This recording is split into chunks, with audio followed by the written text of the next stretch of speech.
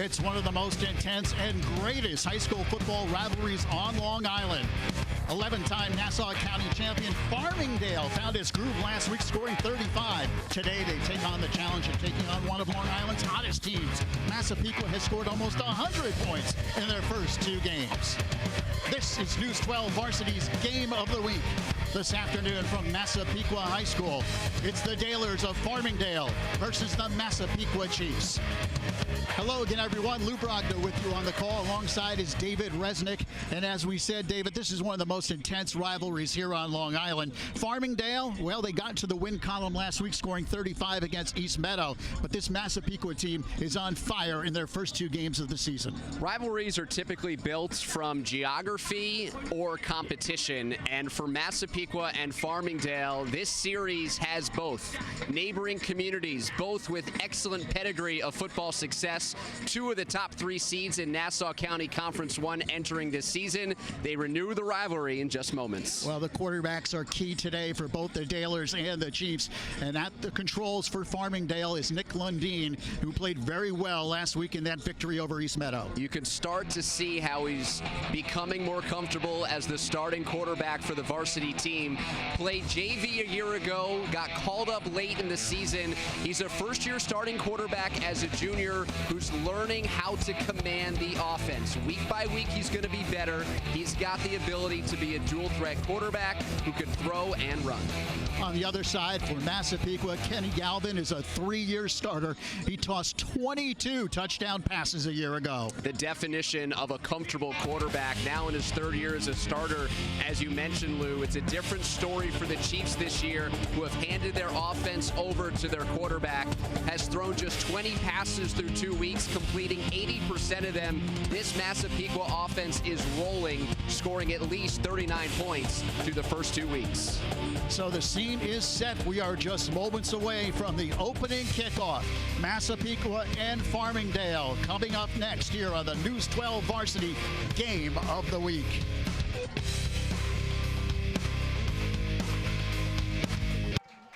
Welcome back to Massapequa. Chiefs and the Dalers getting ready to go on this Saturday afternoon. Lou Brogdon along with David Resnick and, of course, the third member of our broadcast team, Amanda Puglisi, who's down on the sidelines with more on this great rivalry.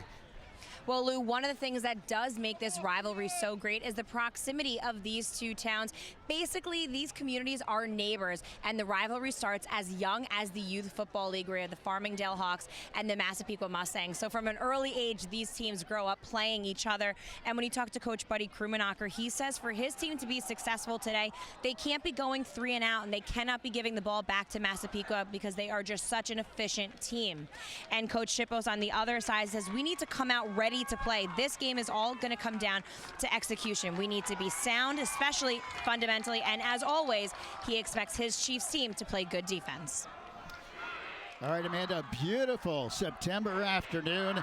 You can see some clouds have set in now in Massapequa, but the game time temperature 71 degrees, and there is some wind out there, as you might have seen in the pregame. David, I don't usually wear my hair that way, but the wind blew me around a little bit. I thought it's a new look for a new year for you.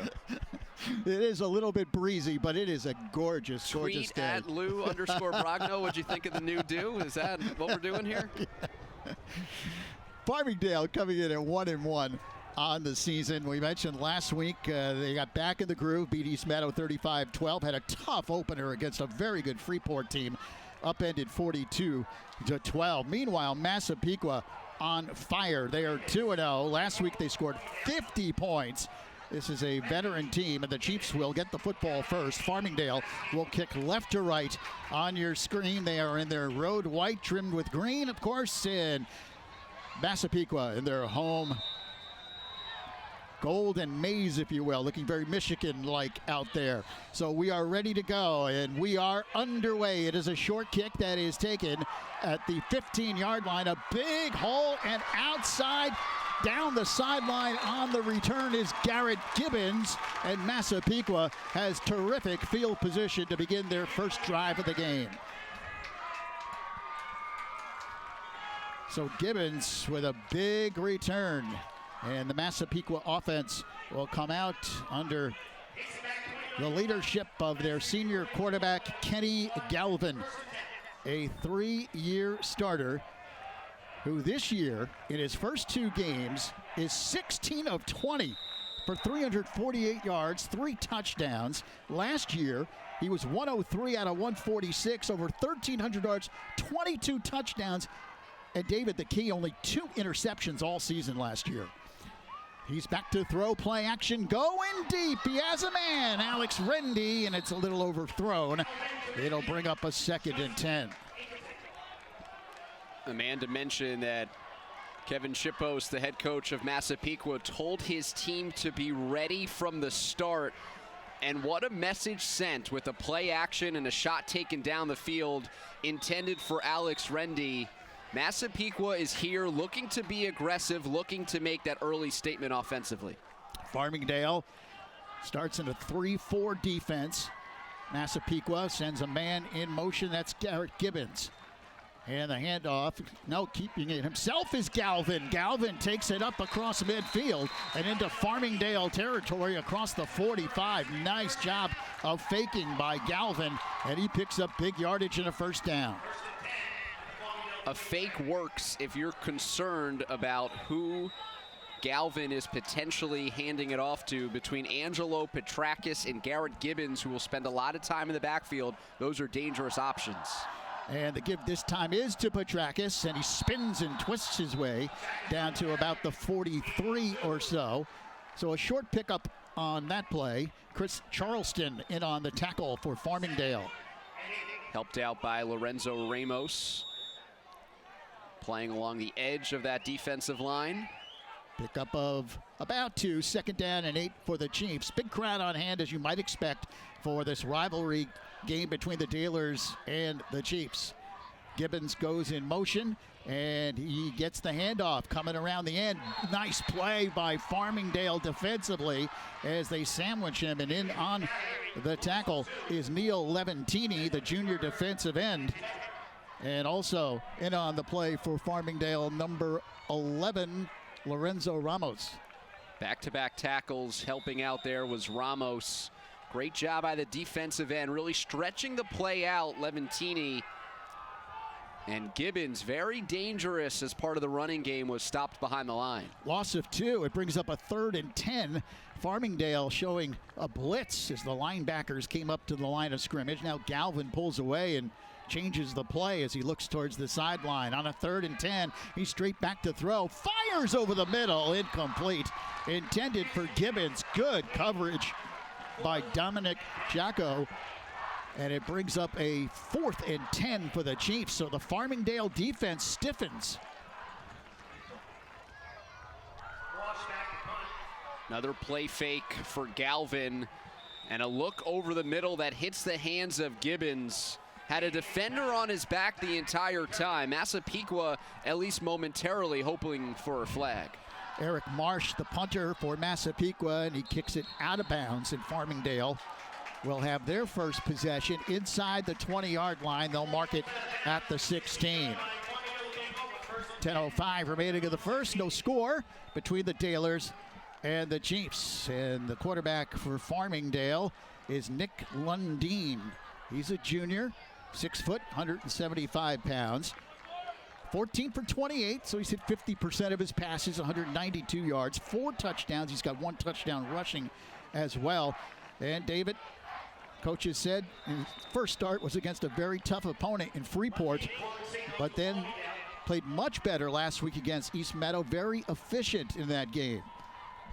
So he comes up in the gun and hands it off. Very short pickup, if any, on the play as Massapequa plays it well. That was Phil Carpata on the carry.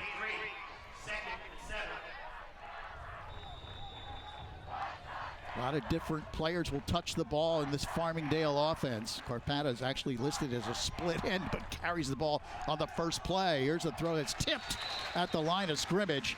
And Massapequa able to get some penetration that time.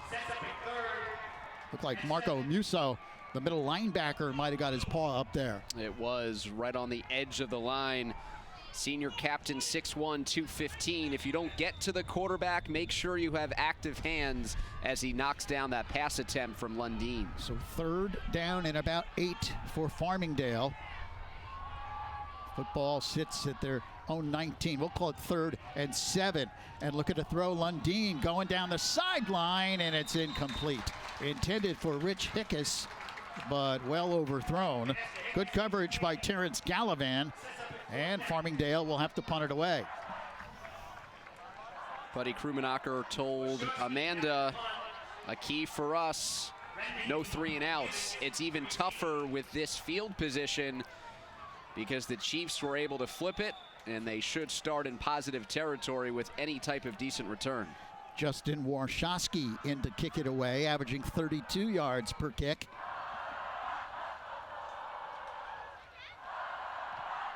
End over end kick. Gibbons fields at the 45, has some blocking, big block on the corner, and takes it down the sideline. Gibbons brought down inside the 20-yard line. Big return, but there's a flag down at midfield. That might have been that big block I mentioned on the corner, and it looks like this one will be coming back. And it is against the Chiefs. So the illegal block in the back will push Massapequa back.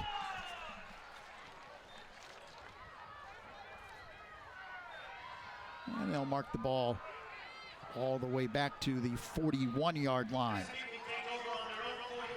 Massapequa will take over there, 1st and 10. Today's officials: Vinny Oliva is our referee, Tommy Sheehan, Jimmy O'Brien, Tom Nikolich, and Kristen Montgomery.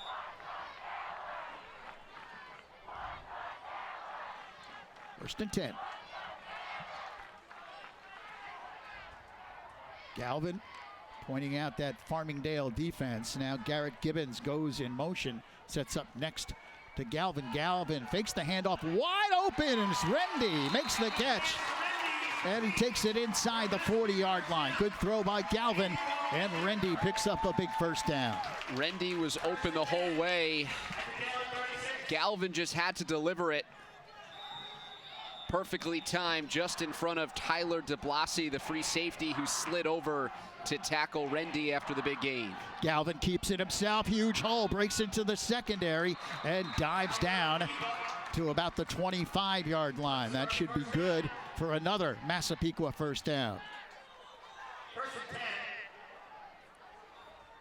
at the 25-yard line. First and 10 for the Chiefs. They send twin receivers out to the left side. And Galvin keeps it himself. Drag down from behind. Short pickup on the play, maybe a yard or so. Chris Charleston brings him down from behind. Pickup of a yard, 2nd down and 9. Chris continuing the legacy of good defensive players in the Charleston family. His cousin Ryan, a graduate of last year's class, 2nd team all Long Island. We've called Chris's name a couple of times in this first quarter as he's made plays in the trenches. 2nd down and 9. Trip receivers this time go to the right, but the handoff goes up the middle. Angelo Petrakis carries down inside the 20. Petrakis off to a good start this year. 18 carries coming in, 175 yards. Very efficient. He's got 6 touchdowns. Last year had 10 scores all season long with a little over 840 yards. 3rd down and about 4. Galvin looks back towards the Massapequa sideline, gets the call. Again, trips go to the right, and Galvin keeps it himself, finds a hole. He found that seam and just took off inside the 15, down near the 10-yard line. He just followed his right guard. I believe it was Marco Musso. Beg your pardon, it was the left tackle Dan Meany pulling to the right side, and he just created that hole, Lou, that you alluded to pick up that first down. It is 1st and 10 at the 11-yard line. Chiefs can get a first down inside the 1. Galvin takes it up the middle, spinning, twisting, and powering his way towards the end zone and in. Touchdown, Massapequa. That last effort by Galvin powered himself into the end zone, and the Chiefs are on the board. We've seen a couple of instances already between a powerful offensive line and downhill running, the way the Chiefs have used power football to their advantage. That second effort by the quarterback, maybe even a third effort close to the goal line to get the Chiefs on the board. So Eric Marsh is in to try to kick his 13th PAT, and the kick is up, and it is good. 7:16 remaining first quarter. Massapequa strikes first. The Chiefs lead it 7-0. 7:16 remaining in the first quarter. Massapequa 7, Farmingdale nothing. So a good drive for Massapequa on their second possession of the game. Kenny Galvin running well during that drive. He's such a weapon.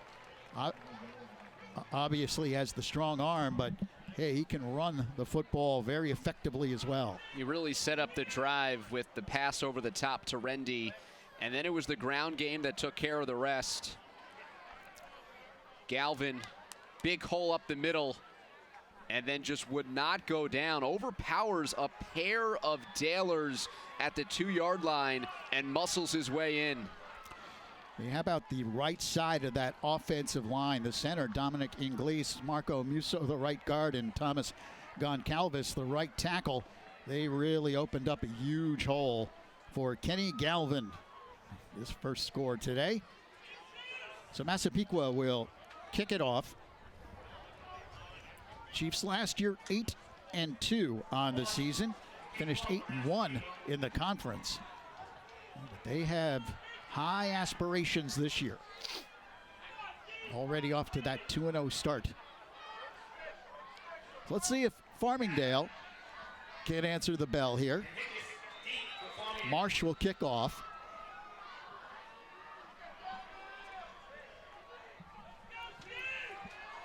High end over end kick taken by Carpetta. He finds a hole, breaks in to the second line of kickoff coverage and takes it up across the 35. So good return for the Dalers. And they have good field position out near the 36. The kicker, Eric Marsh, part of that tackling effort on special teams, earning a big round of applause from the Chiefs faithful.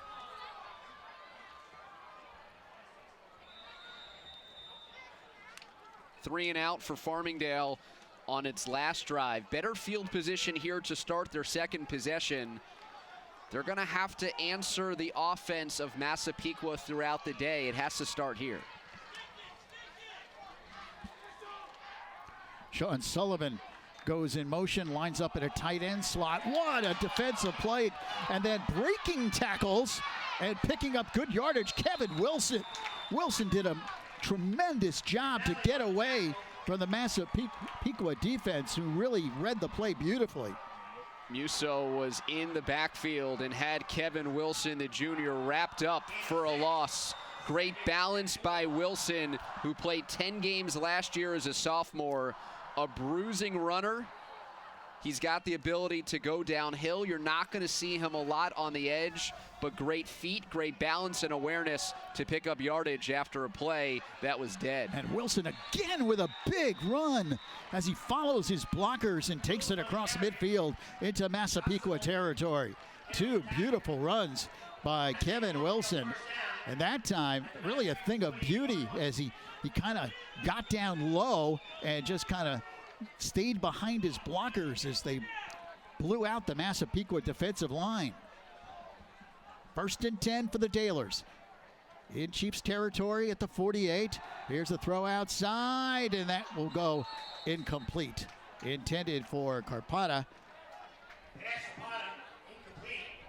This Farmingdale offense, they're a multiple spread. They've evolved over the 2.5 decade tenure of Buddy Krummenacher, but at their core, they're still a power running team. They're still a team that wants to go downhill, Maybe they run out of a shotgun or a pistol instead of under center, but at Farmingdale's core, they still have that identity of toughness and power football. Lundeen, he hands it off to Wilson, but this time he's met by 3 or 4 Massapequa defenders. And down at the bottom of the pile are Michael Merlo, and also Marco Musso. So now an obvious passing situation. Farmingdale knows that. Massapequa knows that. How does this junior quarterback starting in his third game in Nick Lundeen handle this particular 3rd and long? And Farmingdale is going to talk it over. 3rd down and 9. Big play early in Massapequa territory, and the Dalers want to talk it over. Well, Massapequa, as we said, off to that great start at 2-0, and already today with a 7-0 lead. Well, here's the Farmingdale schedule. Farmingdale at 1-1 on the season, losing to Freeport. We said that Freeport team, very talented. They rebounded beautifully last week to beat East Meadow. And next week, it's against Uniondale, Syosset the following week, Oceanside, Hempstead, and they'll finish up against Port Washington. In some ways for Farmingdale, through 2 weeks, they held serve. Freeport, the runners-up, losing to Oceanside in last year's county title game. They entered this season as the #1 seed. Tough loss at home for Farmingdale. Bouncing back in week 2 on the road against East Meadow, the 6th seed. Farmingdale, the 3. So through the first couple weeks, they're at 1-1. Preseason seeding, they're in line with where they're supposed to be. They have a challenge today against 2nd seeded Massapequa on the road. 3rd down and 9 in Massapequa territory at the 47. Lundeen throws and has his receiver at the 40-yard line, but it looks like that's going to be short of 1st down yardage. Carpana on the catch. Brian Hayden turning around and sitting in a spot. On 9 yards, they pick up 7. And so that's a situation where you have to know where the sticks are, and you don't want to sit down into a spot that's short. And on a 4th down play, the Dalers go for it, and they should have it up for the 1st down. So big play for Farmingdale as they take it down inside the 40 to about the 37, and they'll keep this drive alive. Well, officials now are going to call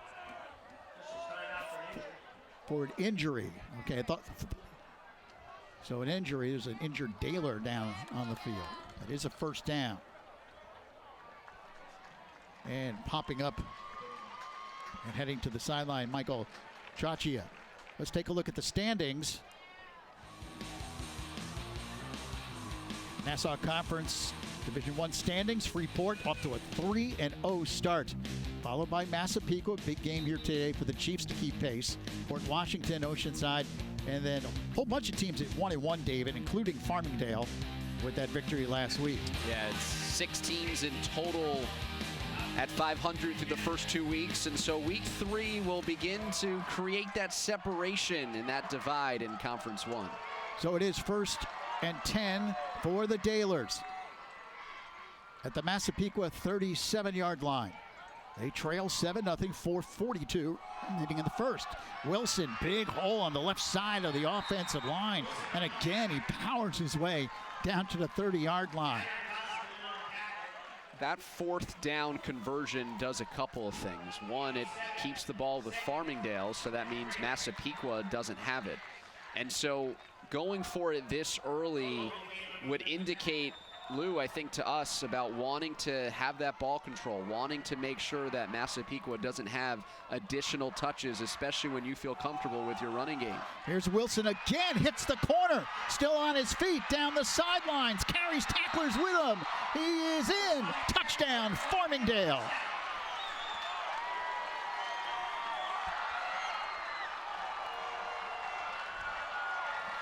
Well, Farmingdale has found a formula here in the 1st quarter, and that formula involves number 34, Kevin Wilson.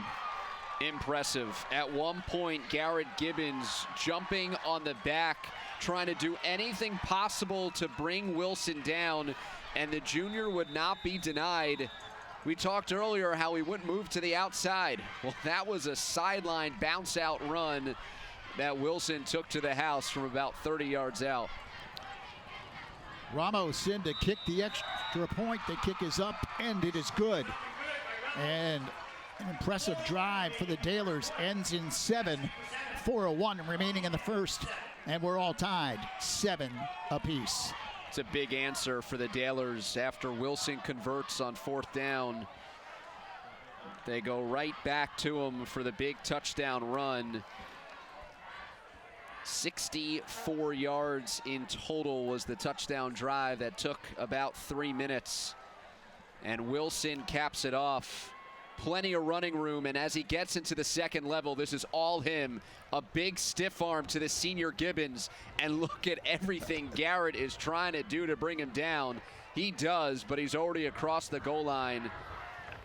Big hole. It's not blazing speed, it's just toughness and the grit to just keep the feet moving, to take on all comers and finish in the secondary. Impressive for Kevin Wilson, who is part of a group trying to replace Jordan McClune, Farmingdale's all-time leader in rushing yards and touchdowns, a member of the class of 2018.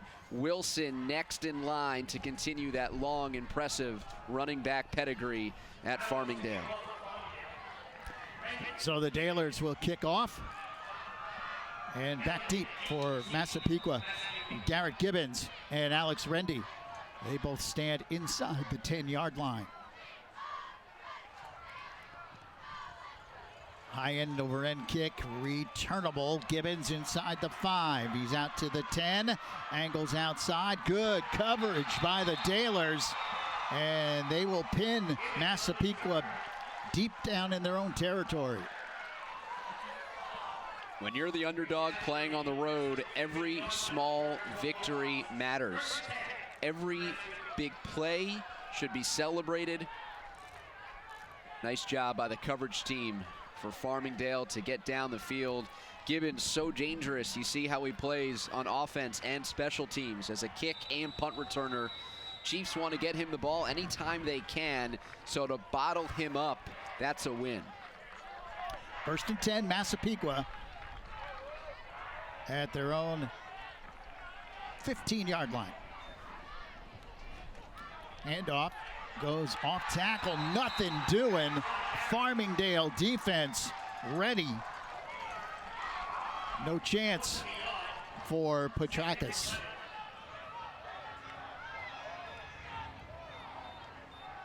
Farmingdale started the season in a 3-4. They love their linebackers. Buddy Krumanacher has never played a 3-4 at Farmingdale, but we're seeing many more 5- and 6-man fronts for the Dalers today, switching up their defensive look.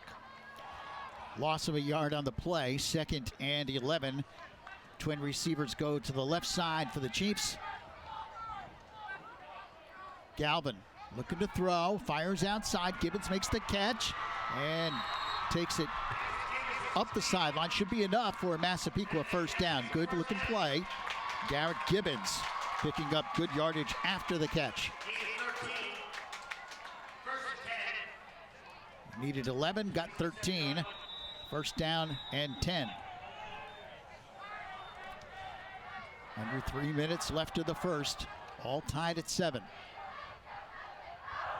Back to the 3-4 look with both outside linebackers on the line. Gibbons comes around on an end around and then reverses his direction, fumbles the football, and Farmingdale, I believe, has recovered. Giacchio on the recovery.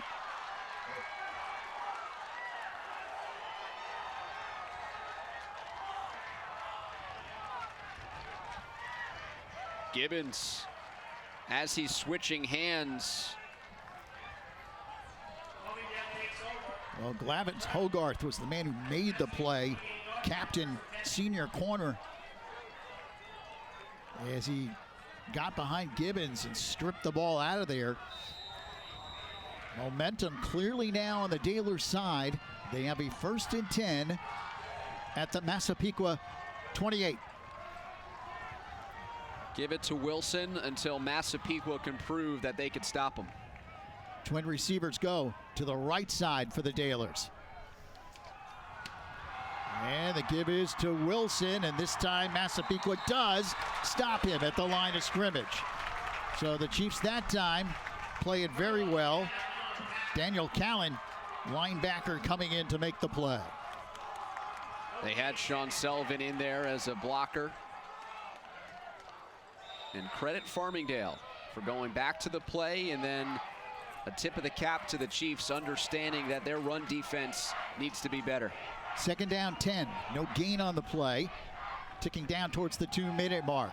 Here is Lundeen, and he is brought down behind the line of scrimmage. Nowhere to go. Joe Yonner, a senior defensive end, makes the play. Just staying home, making it tough for Lundeen to make a decision. And when the junior quarterback finally decides to run, Yonner is there to make the play. So it's 3rd down and 11. Massapequa defense on the first 2 plays answering the bell. But a big play here on 3rd down 11. Lundeen looking to throw, has time, fires towards the end zone, incomplete. Intended for Phil Carpata, but well overthrown. And it brings up a 4th down. Complexion of the series totally changed when the Chiefs defensive line stopped Wilson short. They were off schedule from the beginning, and the Dalers, who I don't know whether or not they have the ability to make big plays through the air, you've got to be on schedule on 1st down to keep that running game a potential option on 2nd and 3rd. So the Dalers will go 4th and 11. Too close to punt it and too far to try any kind of a field goal. So they're kind of in that in-between territory where they have to pretty much go for it here on 4th and 11. And they'll send twin receivers out to the right side. That's Carpata, and Brian Hayden is really split out to the right. Kevin Wilson, the lone setback. Here's Lundeen looking to throw over the middle. He's got a man caught. Touchdown, Farmingdale. Rich Hickes on the reception. A tremendous catch down the field, and Lundeen, after his offensive line picks up the blitz up the middle, throws it up and allows his senior receiver to go make a play. What a clutch connection on 4th down. Beautiful throw by the junior quarterback, Nick Lundeen, on a 4th down play. Ramos is in to get the extra point. Lundeen to hold. Snap good, and the kick on the way. It is good. 1:24 remaining here 1st quarter. Farmingdale takes advantage of the turnover, and the Dalers have their first lead of the game. They're up 14-7. Dalers taking the turnover and turning it into points as Lundeen stands tall, stays in the pocket, understanding that he might take a hit. Great job on the blitz pickup. Lundeen standing tall, full extension with one hand for Hickes. And a great job of the velocity of the ball, floating it over the middle. Hickes taking it low as it lands softly into his outstretched hand. Beautiful play on 4th down for the Dalers as they score 14 unanswered to take the lead here at Massapequa. So Massapequa trails now for the first time in the game. And the Chiefs facing their first shot of adversity in this contest. Let's see how they react. First shot of adversity of the season. Absolutely.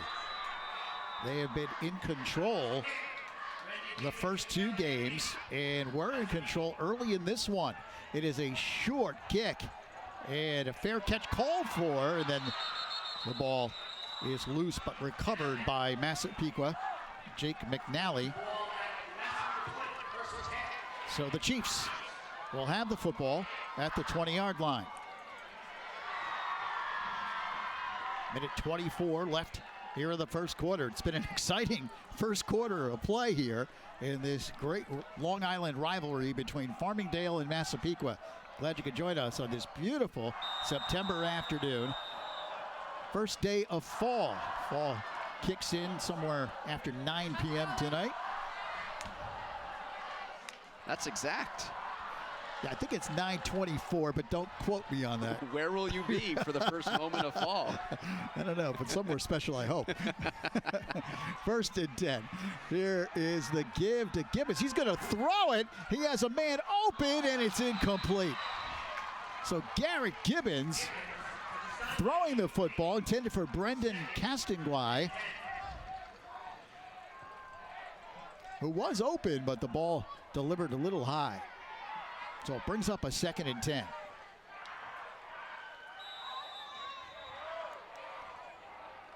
Chiefs reaching into their bag of tricks on that first down play. And flags fly. Illegal procedure will be the call against Massapequa. That's going to push him back 5. So now Chiefs are looking at a 2nd and 15.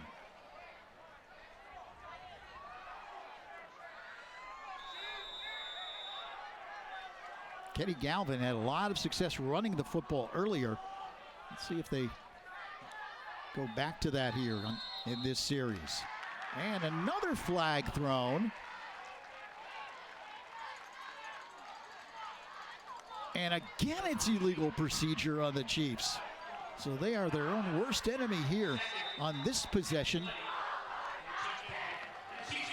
And a timeout is called by Massapequa to talk it over. 2 consecutive illegal procedure calls. And now they're set with a 2nd and 20. I don't think I've ever seen mid-game, after a couple of penalties, a coach call a timeout essentially to bring the entire team together to regroup.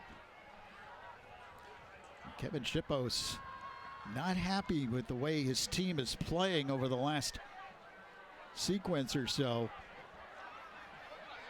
So he calls that timeout with 1:16 left here in this first quarter. Massapequa schedule, we mentioned they put up a lot of points in the first 2 games. 39 against Long Beach, 50 last week against Hempstead. They'll take on East Meadow next week, and then a big game against Freeport, Uniondale, Baldwin, and Oceanside round out the Massapequa schedule. Head coach called the timeout, and then he left the huddle. Allowed his captains and his seniors to do the talking. I mean, we've seen timeouts after touchdowns or in the middle of a drive because they don't like a look or the play clock. But I can't recall a situation, Lou, where after a penalty or in the middle of something, in a dead ball situation like that, to just call everybody over and say, essentially, let's wake up.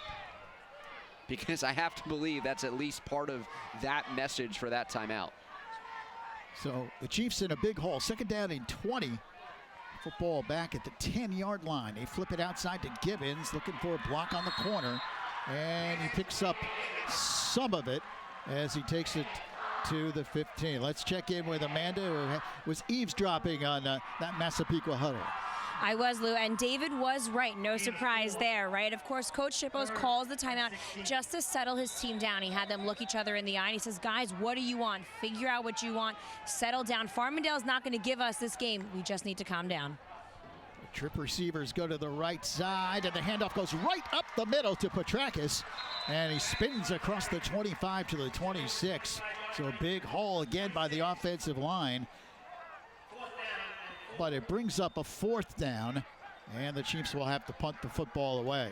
Great open field tackle by Kevin Wilson at the end of this play, but Petrakis is untouched until meeting Wilson. Remember, Wilson, two-way player, the star running back for Farmingdale on the other side, so he knows exactly how to bring down a tough-nosed runner. Eric Marsh in to punt it away, and Farmingdale figures to get good field position out of this exchange.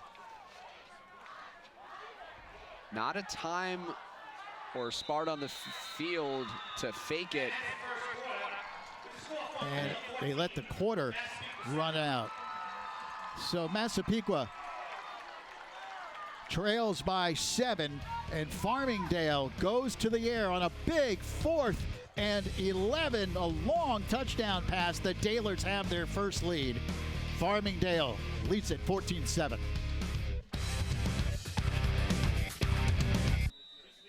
That was not the end of the quarter, even though the scoreboard clock says so. So Massapequa will punt it.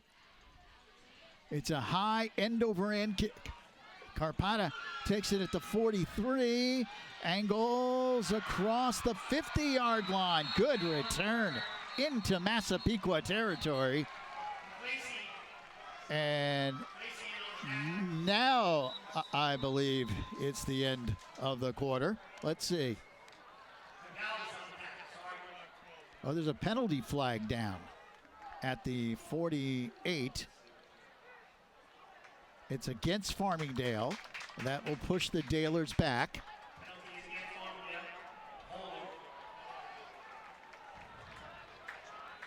There's a lot of confusion out there on the field. The clock actually wound down to 11:47. But the teams never switched sides.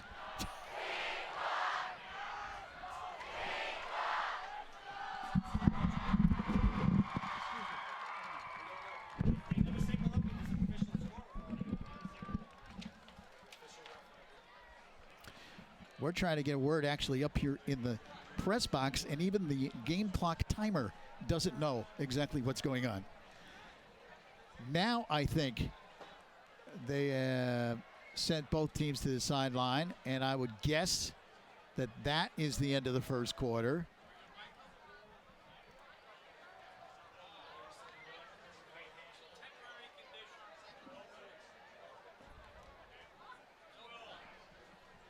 Officials coming over to talk to the clock operator.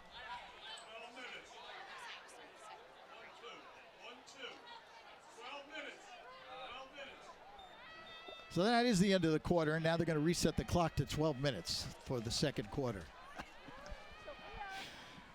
All right, David, got anything? The start of fall is a little bit after 9 o'clock. That's the only timing mechanism that I'm sure about. And you can be sure the next time I see you, I will ask you how you spent those first couple of minutes. All right. All right. Next week, another big game here on News 12 Varsity, where there will be 12 minutes on the clock to start the first quarter.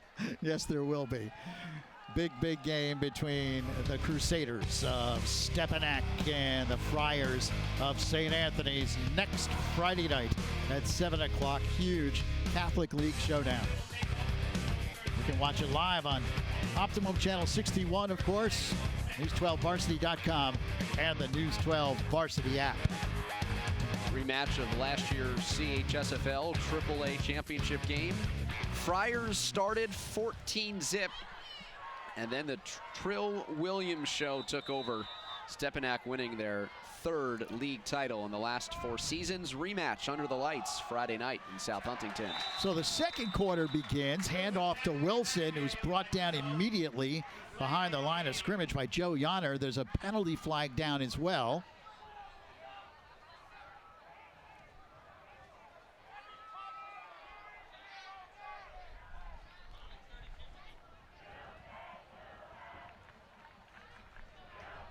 Flag was thrown by the side judge. It is holding against Farmingdale. So that'll push the Dalers well back to the 27-yard line. It's 1st and 20. Buddy Krumanacher not pleased with that call. It was right at the line of scrimmage. Spot of the foul makes it 20 yards for the Dalers to move the chains. We are just underway in the second quarter here in Massapequa. Good game. Farmingdale up 14-7. They flip it outside and up across the 30-yard line. Wilson on the reception. Kevin Wilson being utilized a good number of times here in this first half. It's been very effective. Had that tremendous touchdown run. Second down.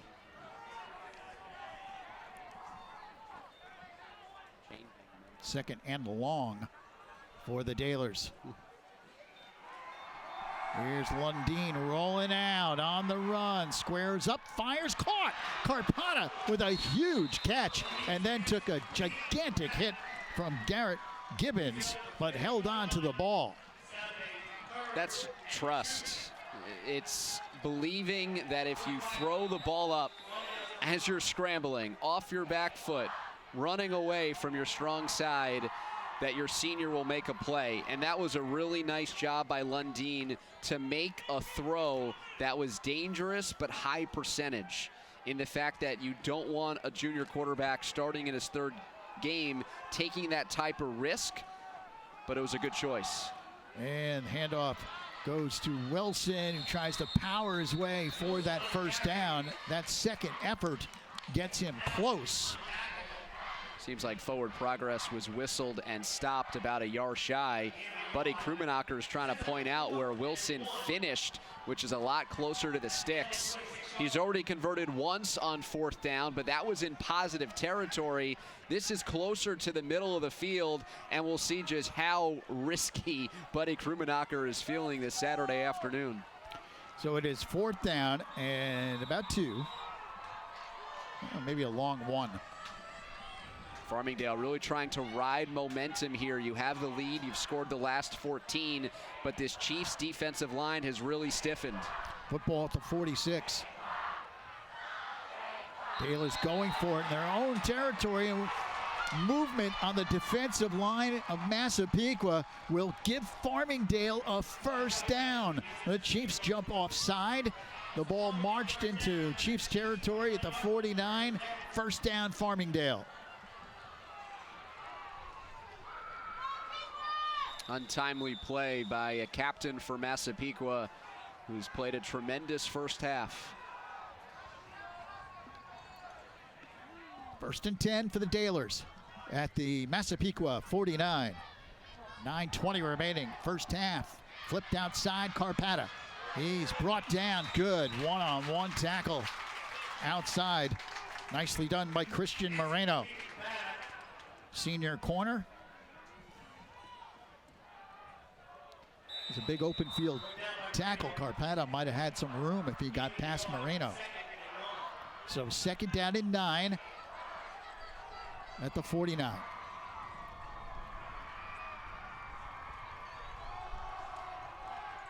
Lundeen keeps it himself, nowhere to go, and hit at the line of scrimmage and dropped Marco Musso, the middle linebacker, got penetration. He was the first man to hit Nick Lundeen. Musso, a bit of a faux pas a couple plays ago there, stuffing the middle, not confused by the play fake from Lundeen. Another one-on-one tackle for Massapequa on this defensive series. Third down and 10 at the 49. Lundeen pump fakes. Now he goes down the sidelines. He's got a man. It's Hayden. He's still on his feet and takes it towards the goal line, but not in. He's down at about the 2-yard line. Another big pass play for Farmingdale. I have no problem admitting when I'm wrong, and I said earlier, I don't know if the Dalers have big play ability through the air. This is a perfectly thrown ball to Brian Hayden, who got by the defense and was stopped just a hair short of the goal line, pushed back by Gibbons and Moreno. Double coverage down the sideline. Hayden beat it, and then Lundeen threw it over the top perfectly. He's got great touch on the long ball down the field. First and goal from the 1. Lundeen on a quarterback sneak, takes it in. Stopped initially, and then bumped back outside and waltzed into the end zone for the Farmingdale touchdown. Crafty. Resistance up the middle, and Lundeen kept his feet. And because everybody was in a joust at the line of scrimmage, he was able to bounce off cleanly. Junior really keeping his head there. And I was going to mention earlier on that fourth down that you're so used to the shotgun snap that you're throwing it back 6 yards just to gain 1. It was nice to see Farmingdale go under center and execute. Ramos kicks it through. It just barely got over the crossbar as Massapequa put on tremendous pressure. And they might have actually got a piece of the ball, but it still went through the upright. So now Farmingdale up by 2 scores. The Dalers have scored 21 unanswered points.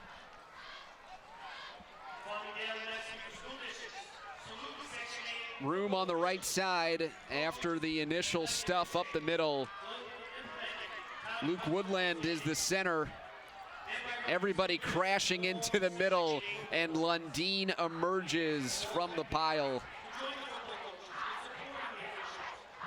One throwing, one rushing. Nick Lundeen with a pair of touchdowns today. Junior feeling comfortable and confident on the sidelines. Dalers have scored 21 straight on the road today. So Massapequa coming into this game flying high, 2-0, having scored 89 points in their first 2 games. Now they are down by 2 touchdowns to Farmingdale. Long way to go in this game, but let's see how Massapequa answers the bell here. 3 touchdown drives for Farmingdale. Each of those drives had a 4th down conversion. Remember, the Chiefs led this game 7-0, and they just kind of mowed through the Farmingdale defense on their first 2 possessions. Their second possession, they were able to take it in. But since then, it's been all Farmingdale. They really have turned the tide. Well, Massapequa has excellent field position to begin this drive. They're out near their own 40-yard line. 7 minutes and 36 seconds remaining in the second quarter.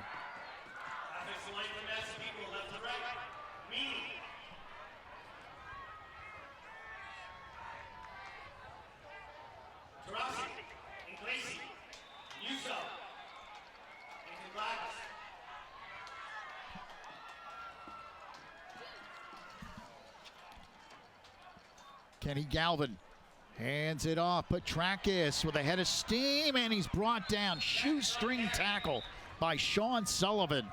Just got a piece of Petrakis to bring him down. Sullivan, the senior inside linebacker coming into the game. One of the defensive leaders for this Farmingdale team, had 16 tackles in the first 2 games and 3 sacks. Second down and about 4 for the Chiefs. Ball at the 46-yard line.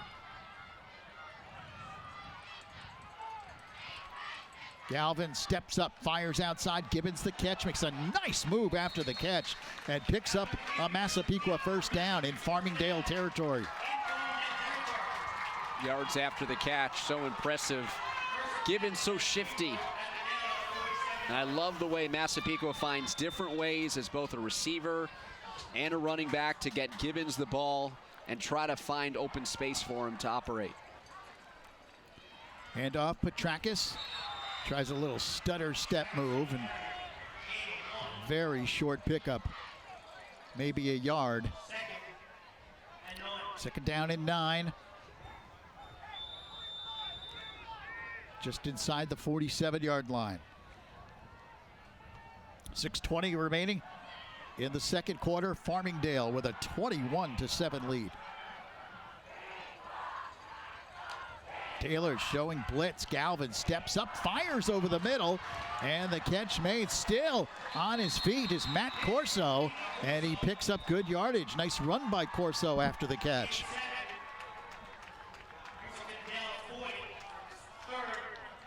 Hogarth and Wilson making the tackle. Galvin does a nice job of distributing the football. A lot of different options for the senior quarterback, getting everyone involved. Third down, and we'll call it about 3.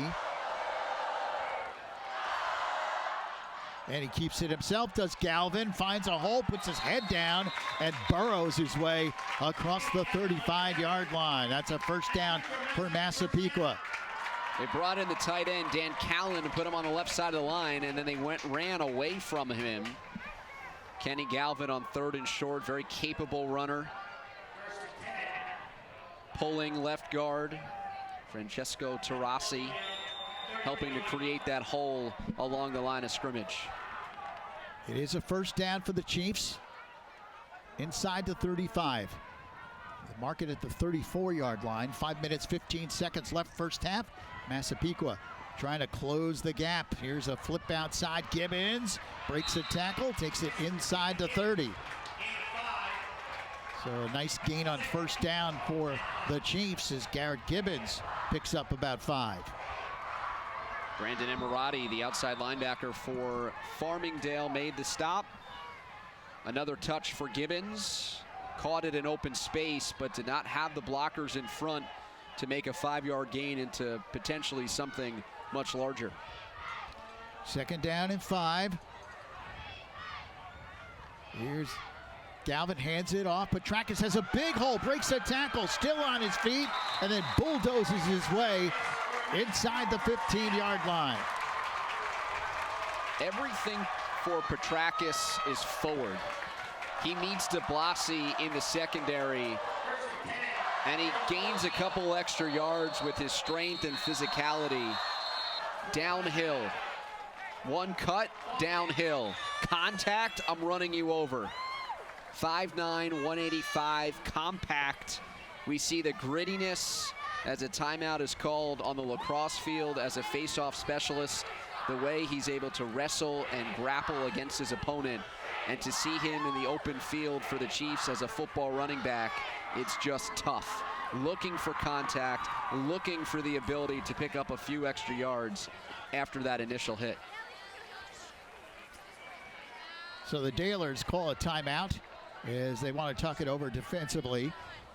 Massapequa on a march here, trying to pull to within 1 score of Farmingdale before the end of the half. 4 minutes and 27 seconds remaining here in this first half. It's a 2-touchdown lead right now for the Dalers.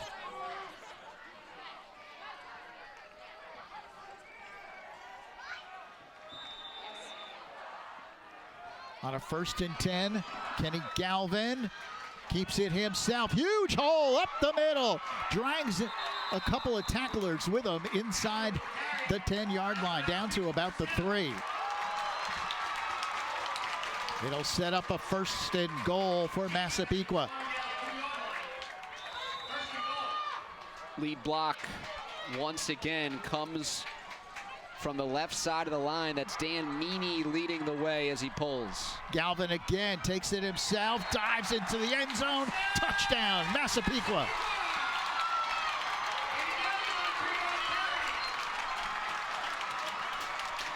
So again, Kenny Galvin running effectively on this drive for the Chiefs. And they draw to within 1 score. Big time answer. A 60-yard drive taking 3 minutes and 30 seconds. Gibbons to hold, and Eric Marsh in to kick the extra point. Kick is up, and it is no good. Wide to the left, that could be a factor as we move along. So the score now 21-13. Farmingdale in the lead. Galvin the whole way, just lowering his shoulder. That right side of the line, great seal from the offensive line, the relentlessness as Galvin scores his 2nd rushing touchdown. Started the game off with a run into the end zone, then 21 straight for Farmingdale, and now Galvin answers with a touchdown. Still just a 1 score game with an 8-point difference. But the offense there sputtering a bit. They followed up that touchdown drive with a fumble and then a punt. Chiefs back on track offensively behind their 3-year starting quarterback, Kenny Galvin.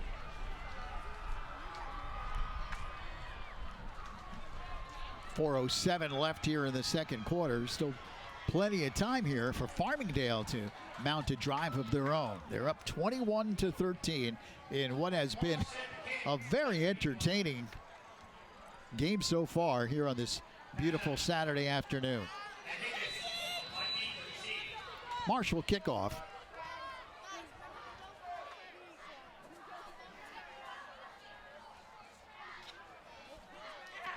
Hickus back deep, and he will take it inside the 10. Rich Hickus angles and will go down. Excellent coverage. Alex Rendy over there for Massapequa.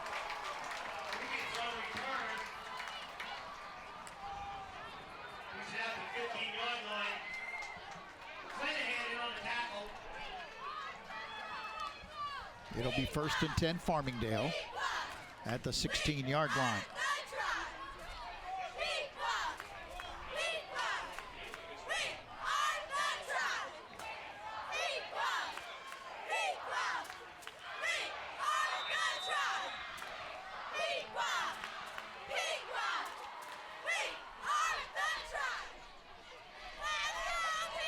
Nick Lundeen brings the Dalers out.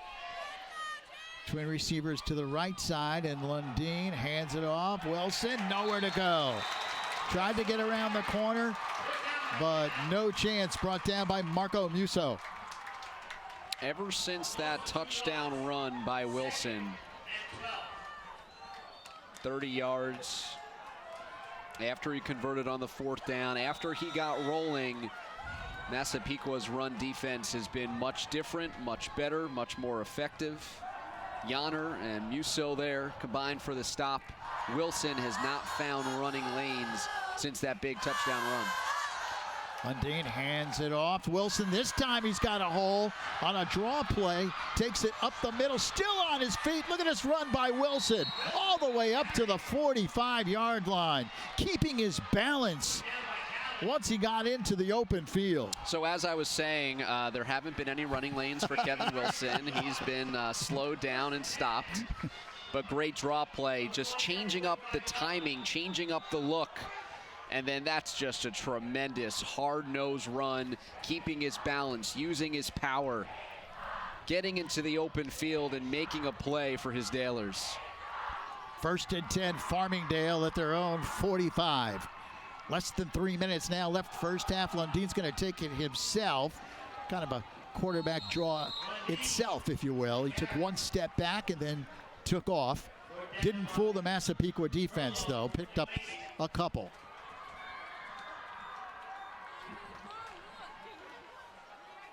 It's not much, but it puts you on schedule. Now 2nd and 7. Play action game, short passing game, screen game. Do you just keep it on the ground? Things are opening up here for the Dalers after that 3-yard gain on the quarterback run. Twin receivers split left and right. Lundeen back to throw. Fires over the middle. Catch made. Tyler DeBlasi on the reception. And he takes it down near the 45, very close to the first down. They may even measure here. The nose of the football is touching the 45.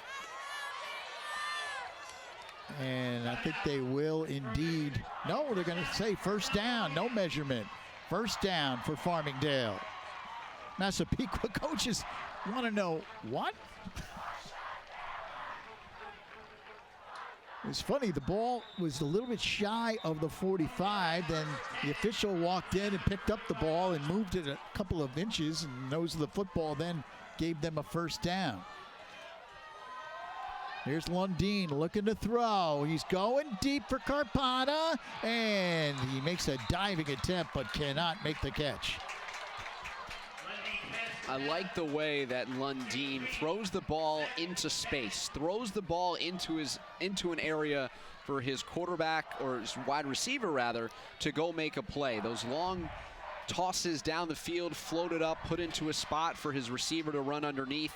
and that time it was thrown to the sideline where only Carpata could possibly get it. Just inches away from another play, big play through the air for Farmingdale. 2nd and 10. Lundeen looking to throw. He fires, has a man wide open at the 20 to the 10-yard line and dragged down at the 5. Big play for Farmingdale. That's Dominic Chacho on the reception. Great touch. Again, throwing it down the field, and Dominic Chacho is there. Lundeen, renewed optimism and confidence. They are taking shots. He is wide open, and in fact, if that is thrown a little bit further down the field, that might have been a touchdown. Here's a double reverse. Looks like they might try to pass it, but instead Carpata just takes it himself and goes out of bounds inside the 5. Massapequa sniffed that one out, and they forced Carpata out.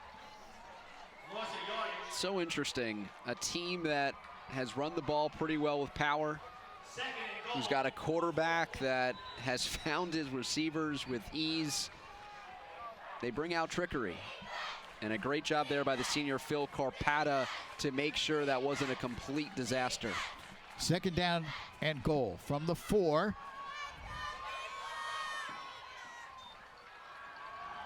And off up the middle, and still pushing the pile near the goal line is Kevin Wilson, but he's about a buck short.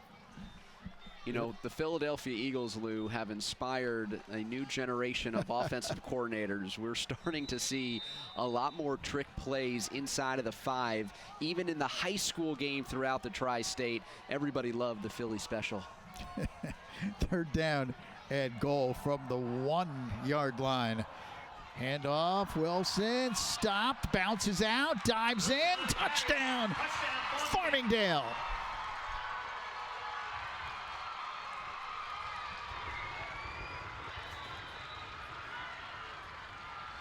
Man, there's a Massapequa player down in the end zone.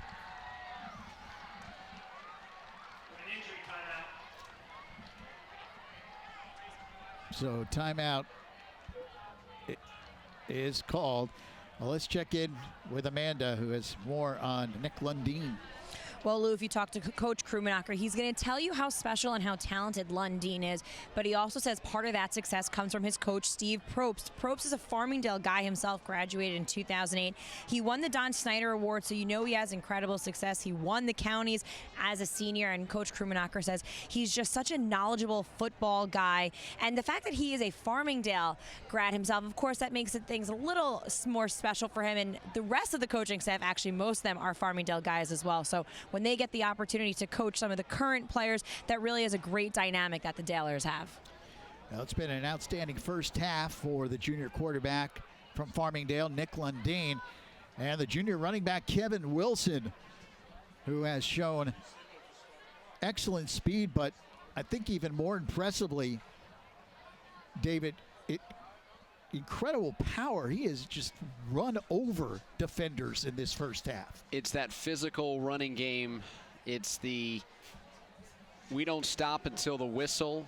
It's the we accept contact and power through. And for Farmingdale, Buddy Krummenacher, 26 years as the head coach, spent time in the 70s, 80s, and 90s before he became the head coach, taking over for Don Snyder. 11 Nassau County championships, 8 of those won by Buddy Krummenacher as head coach. They've had trouble against the Suffolk teams since 1992 when the Long Island Championship started, but they do have that one overall crown back in 2001. Krummenacher, a Farmingdale grad, was an assistant coach before becoming the head coach at Hempstead for 11 years, where he won 5 additional county titles. And then he returned to his alma mater when he got a job in the school, was an assistant coach late 80s, early 90s. He's been the head coach since 93. Ramos' kick is up, and it is good. 28-13, Farmingdale back up now by 2 scores. Rounders on the kick. Better than a 3-minute drive. Remaining in the second quarter. Score is Farmingdale 28. Final minute of play, 38 seconds remaining. And Massapequa will head into the locker room, no matter what happens here, down at halftime for the first time this season. 85-yard drive capped off by Wilson. We talked about the physical running. He stopped. He's down. He's wrapped up, except he's not. And he gets absolutely pummeled at the end of the play, but he's over the goal line when he takes the hit. And so it just trickles all the way down. And frankly, Massapequa has that type of running style as well with Petrakis. But to see it for Farmingdale in tight yardage situations, to see them convert on 4th down 3 different times, to see them pick up those tough yardage situations after a 1st down play that lost yards, they stuck with it. And after that first hit, Lou, I'm thinking, wow, are they going to go for it on 4th? But I was foolish not letting that play finish, in which Wilson ended up in the end zone. Even that short touchdown run by Lundeen on the last drive, where he went for the quarterback sneak, got stuffed, and bounced it to the outside. There's a never let up attitude by these Farmingdale runners. Little onside kick. They keep it on the ground, do the Dailers, trying to prevent a Massapequa run back. So the Chiefs have the football at the 40-yard line, but only 38 seconds left here in this first half. It's 4 straight touchdown drives for Farmingdale. They started the game with a 3-and-out. They punted it away, and their 4 possessions since, they've ended up in the end zone. Wilson with a pair of touchdowns, Lundeen a rushing and a throwing to Hickes. And Farmingdale gets the ball to start the second half. 1st and 10 for the Chiefs. Trip receivers go to the right side, and Galvin fakes the throw, takes off the other way. Galvin picks up a 1st down across midfield into Farmingdale territory. Well, let's see what Massapequa's goal here is on this drive. They may try to get close enough where they can maybe launch a Hail Mary at the end of the half. Galvin certainly has that tremendous arm, and he fires outside. Let's see, catch made. Beautiful diving catch on the far side by Rendy. And a timeout, Massapequa, with 22 seconds remaining. And a timeout left for the Chiefs. You know, we talked about Kenny Galvin's outstanding arm. He was a relief pitcher for the state championship baseball team last year. In fact, he threw 3 1/3 scoreless innings in the state final in the win over Baldwinsville to give the Chiefs the New York State title.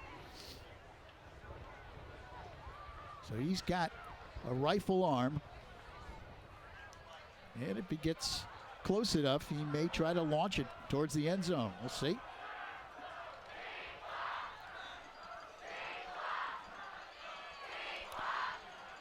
In case you're just joining us, Massapequa got off to the great start.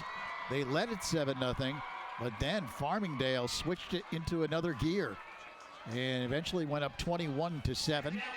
Massapequa came back with a touchdown, missed the extra point. It was 21-13, but Farmingdale answered the bell again and took it down the field to score.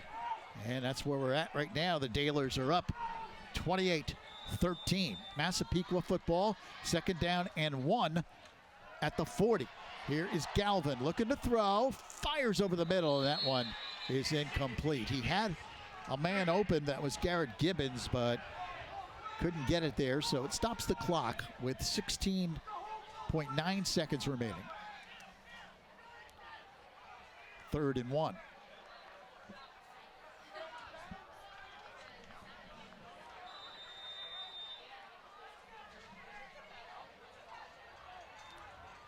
And they hand it off to Petrakis. He's got a 1st down, much more, and he steamrolls his way inside the 20-yard line down to the 23. Chiefs quickly up to the line of scrimmage. It is 1st and 10 at the 22. They quickly come up, send trip receivers to the right side. 6 seconds, and Galvin stops the clock as he clocks it with 4 seconds remaining. Massapequa lined up about a half a yard too far, too close to the ball, and with the clock stopping after the first down, Massapequa wanting to clock it on the snap. They do have a timeout remaining.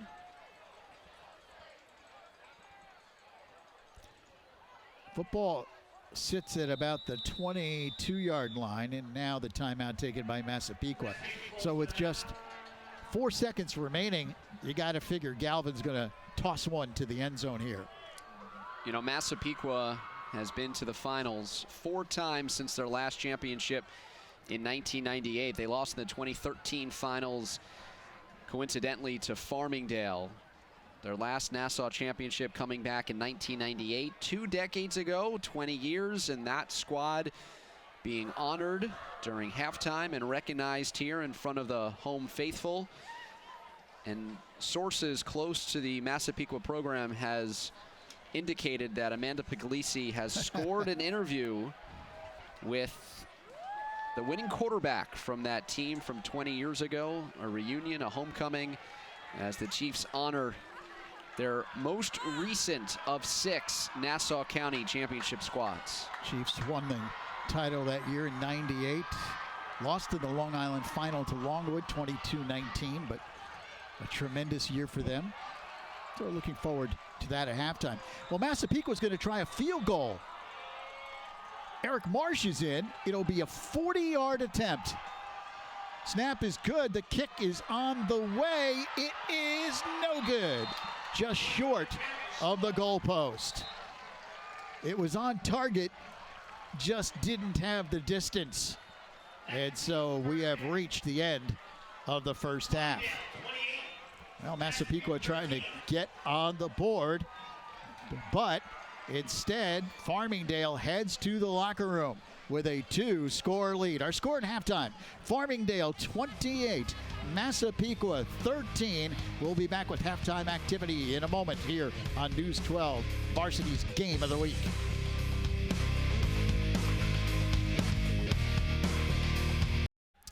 Back in Massapequa, where the Chiefs trail Farmingdale by the score of 28-13 here at halftime. But as we said, very special day today as Massapequa honors the 1998 Massapequa Chiefs team. Let's check in with Amanda. That's right, Lou. And earlier today, a few of the guys were around. They were hanging around the field. So we pulled over the former quarterback, Brad Lyons, and I had a chance to catch up with him. Well, it has been 20 years since the Massapequa Chiefs football team has won the county championship. And back then, it was Brad Lyons as the quarterback. Brad, 20 years later, how does it feel to be back here on this field? Feels like I'm old now, you know? It's like, it's strange because it's such a familiar place, but you know no faces around here anymore. So it's a little strange. Your entire team, or most of your team, is back today.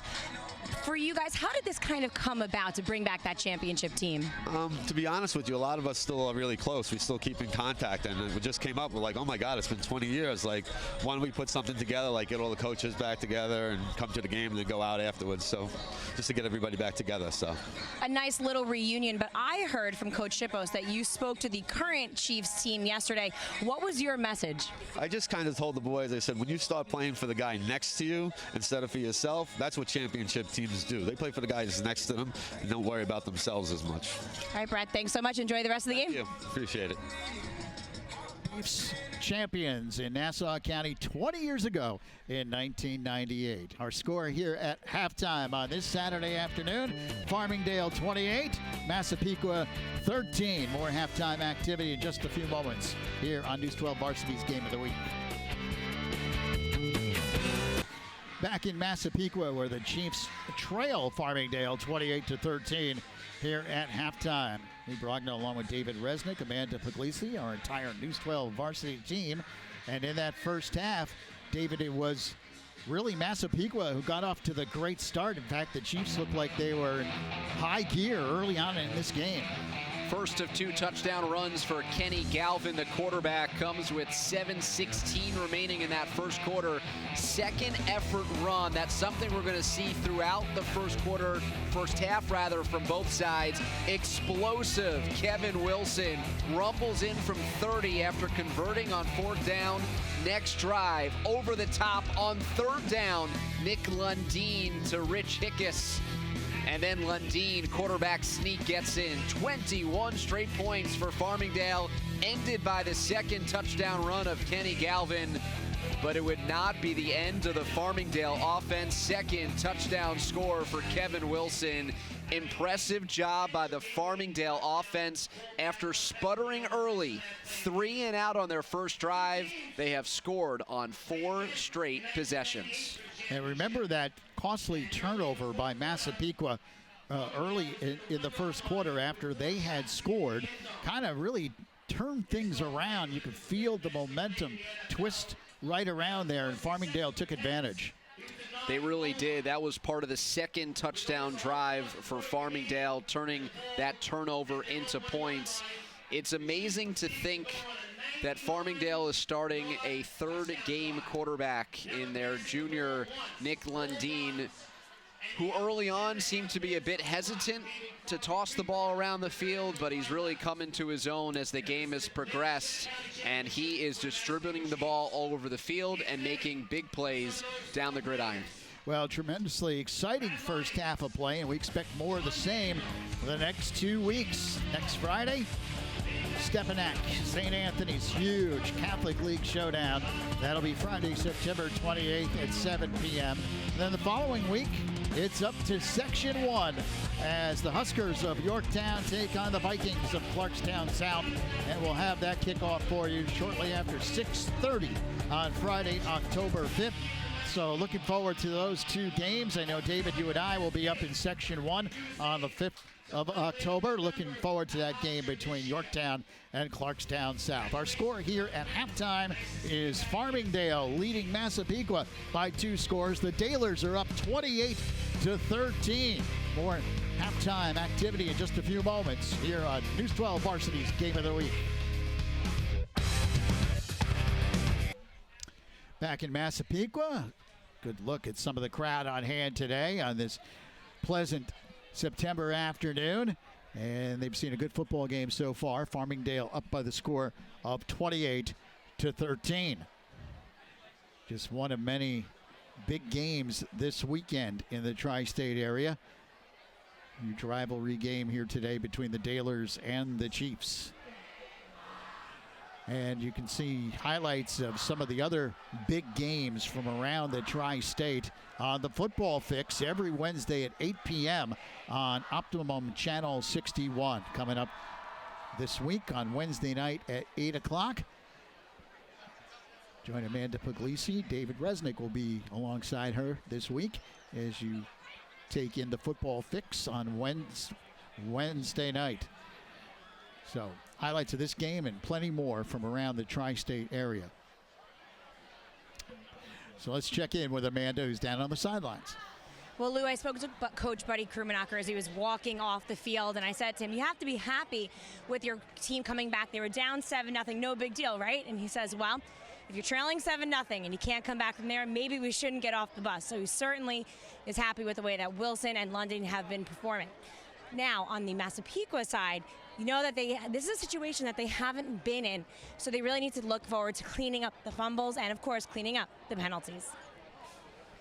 And they have some work to do, down by 2 scores here at halftime. Once again, our score at halftime, Farmingdale 28, Massapequa 13. Second half upcoming in just a few minutes here on News 12 Varsity's Game of the Week.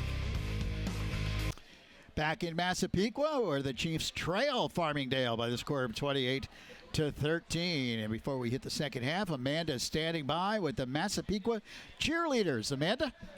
That's right, Lou. What is football on Saturday without the cheerleaders? And there's really something special going on in the Massapequa community, so I'm here with Juliana now. Juliana, tell me a little bit about Lexi Strong. Well, Lexi Strong is something that we've been trying to raise awareness for. She's a girl on the cheer team that she recently got diagnosed with cancer. We now have a bake sale at Gino's for her. We're selling all baked goods, raffle tickets, and we're even just donating to her. We have orange bracelets on our shoes. Every girl wears them just to raise awareness towards her. We have raised a lot of money to cover her medical expenses, and honestly, we're just trying to support her as much as we can. We're seeing a lot of people wearing Lexi Strong, whether it's the bracelet or even the t-shirt. So how happy does it make you feel to see that the entire Massapequa community is really kind of rallying around the cheerleaders? It actually really warms my heart. Cheerleading has come a long, long way since we finally became a sport, and just to see everyone rallying around us really lifts our hearts. All right, well, Juliana, good luck, girls, raising money. Of course, you guys can go to Gino's and participate in the bake sale and enjoy the rest of the game. Thank you so much. All right, Lou, looks like the boys are back. We might have football sometime soon.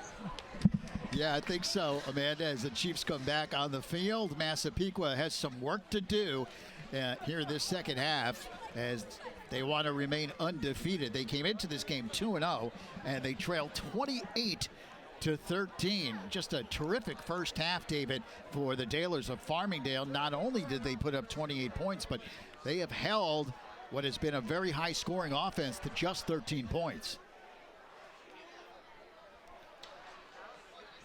So an outstanding job by Farmingdale, and Massapequa certainly has the weapons to try to come back here as the Dalers make their way back to the field as well.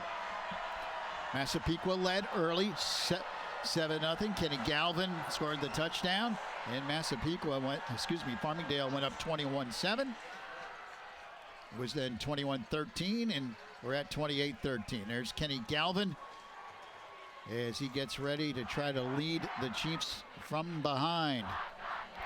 And the head coach of the Dalers, Buddy Krummenacker, who's done such a great job throughout the years with this Farmingdale program.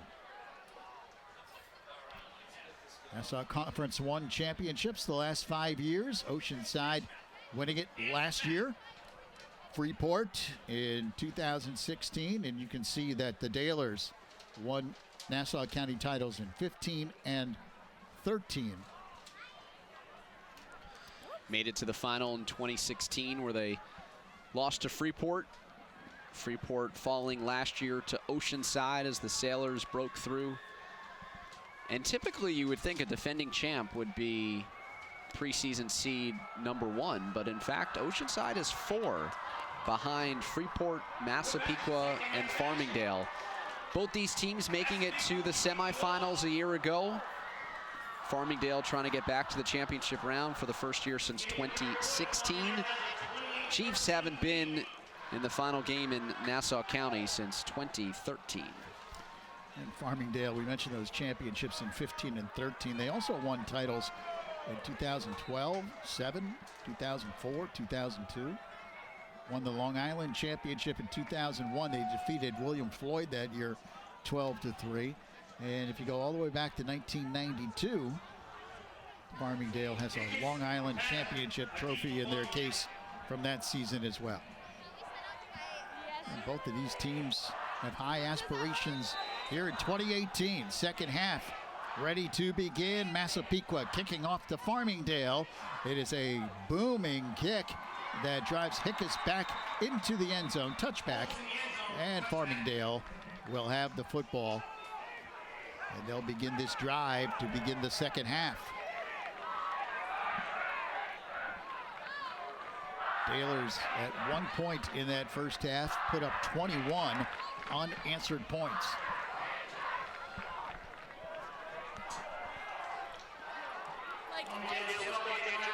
Big first half for Nick Lundeen and also Kevin Wilson, who ran furiously for the Dalers. Showing great power, good speed to the corner. It is 1st and 10, Farmingdale at their own 20-yard line. Carpata goes in motion. Lundeen keeps it himself, finds a seam, uses a nice stiff arm, and takes it out of bounds across the 35-yard line. Nice run by the Farmingdale quarterback. We saw Nick Lundeen act as a runner, as a thrower. He has certainly opened up the field with his ability to throw it vertical. and really attack the cornerbacks and attack the secondary. And the running of Wilson is always something that defensive line needs to think about. He takes it up to the 36-yard line. It's 1st and 10. Lundeen fires outside, incomplete. Bounces it in front of his intended receiver, Brian Hayden. Good to see Christian Moreno back out there. There was an injury timeout on his behalf in the second quarter. He's out there playing one of the cornerback spots opposite Terrence Gallivan. So it is 2nd down and 10. Delayed handoff. Wilson breaks into the secondary. Kevin Wilson at the 20 to the 10. Touchdown, Farmingdale.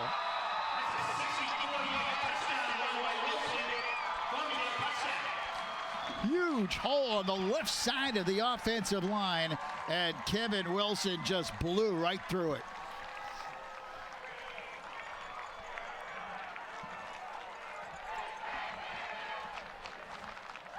Great start for the Dalers here in the second half.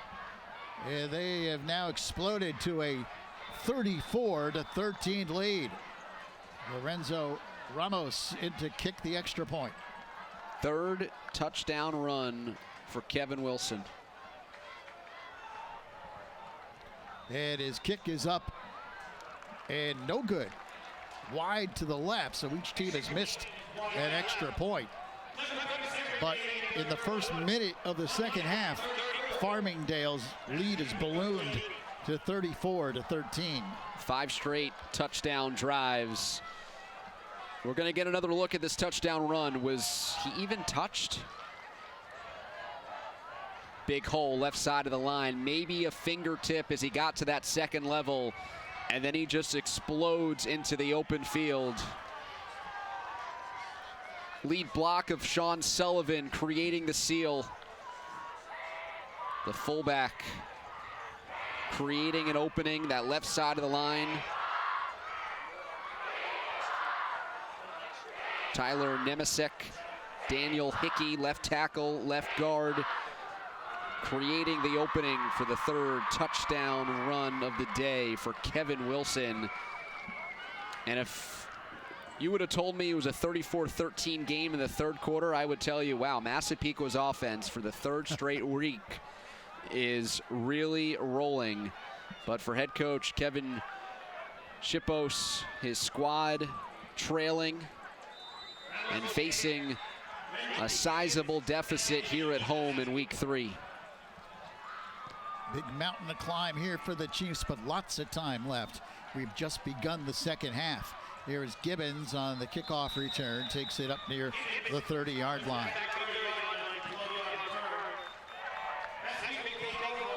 So Massapequa will take over at the 30-yard line. Last year, it was all Massapequa in this rivalry. They put up 55 points and won 55-21. 2016 was a close game, but won by Massapequa 27-25. 2015, all Massapequa, 38-14. They've won the last 3 against Farmingdale.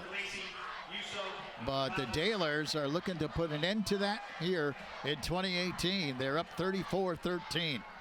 3 straight regular season wins for Massapequa. Farmingdale got the best of the Chiefs in the 2016 playoffs. Absolutely. Kenny Galvin flips it outside. Petrakis, big run across the 50-yard line. Angelo Petrakis picks up a first down. Good execution by the Chiefs. This offense can put up 3 scores in a hurry. And this is not a group that's going to hang their heads and say that this lead is too much to overcome, as Petrakis gets the run and the call on first down, finding different ways to get him involved, first through the air and then just a traditional run out of the backfield. He picks up 5 on the carry. So 2nd and 5 for the Chiefs, and they've picked up a lot of yardage here on the first 2 plays from scrimmage. already at the Farmingdale 41. Dalers showing a blitz, and they might have jumped across the line of scrimmage. Let's see. And it is offside against Farmingdale. That should give the Chiefs a first down. Nope, they're going to be a little bit short. It'll be second and less than a yard.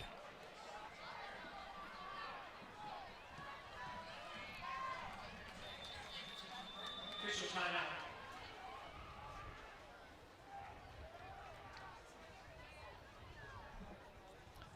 And timeout called by the officials momentarily. Now they're going to say it is a first down.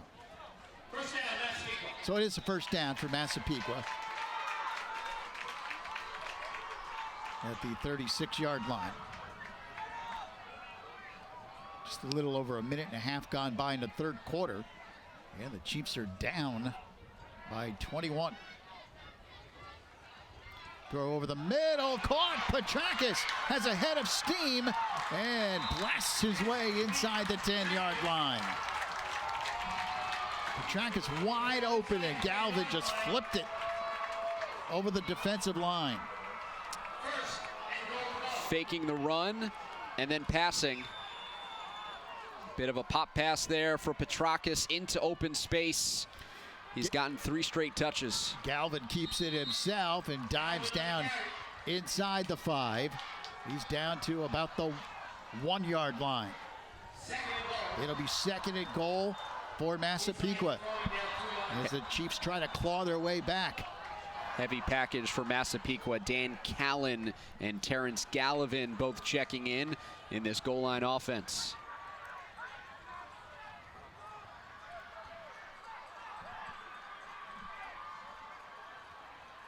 And the give up the middle, and touchdown up the middle as they give it to the fullback, Terrence Gallivan. So Gallivan carries it in.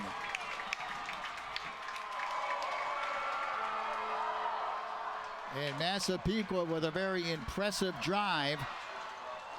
They draw themselves to 34-19 and will set up for the extra point. Eric Marsh in to kick it.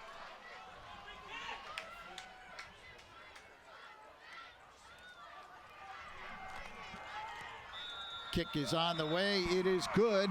9.5 remaining third quarter. And we still have ourselves a game. It's Farmingdale 34, Massapequa 20.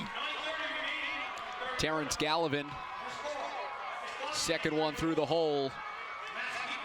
And he pops out from that scrum. Petrakis was the lead playmaker on that drive, but on that particular play, providing a seal block to allow Terrence Gallivan to plunge in from 2 yards out and make it just a 2-score game. The big question for Massapequa now, as it seems like they've got their offense back on track, is defense. They have not been able to stop this Farmingdale offense, especially the running of Kevin Wilson. So it'll be interesting to see what kind of adjustments the Chiefs make along that defensive front. A 30-yard touchdown run for Wilson in the first half, opening up the third quarter, scoring with a 64-yard trot. 5 straight drives for Farmingdale that have ended in a touchdown after running just 3 offensive plays to start things off on their first possession in the opening quarter and kicking it away. It's been much different for the Dalers since that slow start. All right, let's check in with Amanda. Well, Lou, you can tell that touchdown really energized Massapequa in their huddle on their defensive side. They were saying, let's go. Now is the time to do this. We need to make a stop. Also something to look at, Kenny Galvin, after that touchdown, came over asking for Gatorade, saying he was cramping. The trainer was just stretching him. So we'll keep an eye on number 10. Here is Hickes on the kickoff return for Farmingdale, and he takes it up across the 20 to the 23. So the Dalers will put it in play there. McClanahan, Caramelli, Farmingdale coming in 1 up, 1 down. Trying to break up over the 500 mark. Trying to hand Massapequa their first loss of the season. Getting an assist potentially from a family member on the sideline. It's a team effort to get the quarterback ready to go. Kenny Galvin, 3-year starter at quarterback for this Massapequa team. He watches his defense now. Farmingdale on a 1st and 10. Handoff, and this time the Chiefs thwart the run. Nice play by Marco Musso.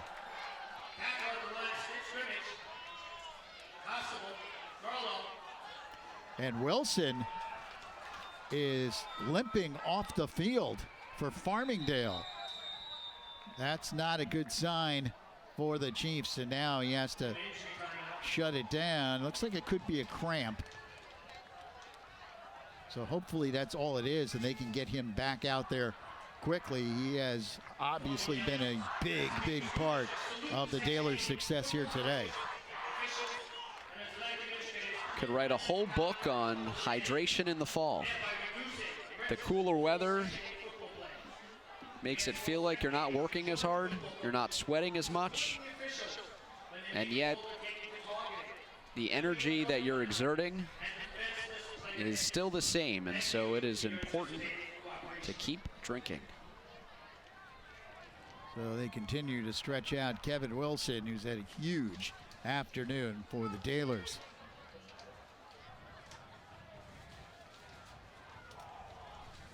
So Farmingdale with the lead. Buddy Krummenacher's got to be happy with what he has seen so far, and he is on a very impressive list. Top 5 coaching wins list, Long Island football, 256 for the Dalers head coach. Took over for Don Snyder, who would be number 6 on this list. 237 victories. The next one down, Russ Sellin of Freeport, the number 1 seed in Conference 1. Both Buddy Krummenacher and Don Snyder.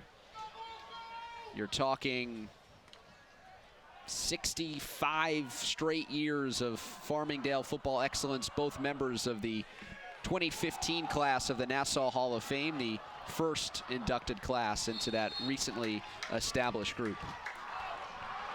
Dalers run it again with Adama Chaccio on the carry.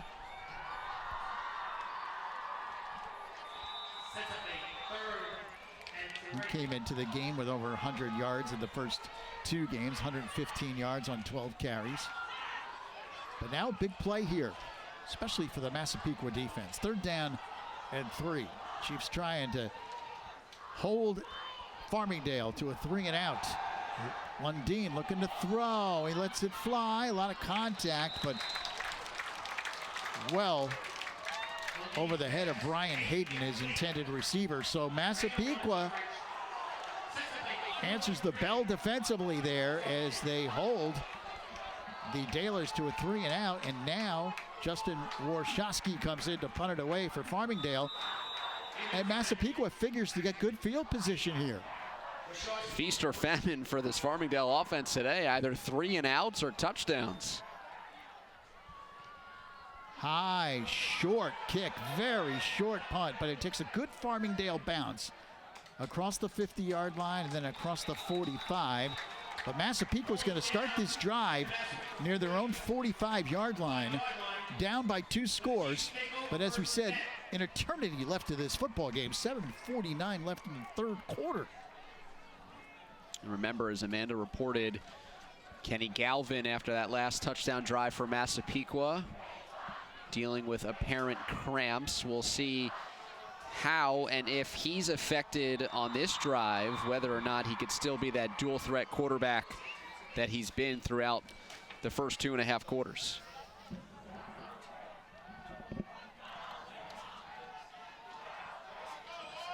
Galvin comes out in the gun. He's got receivers split left and right.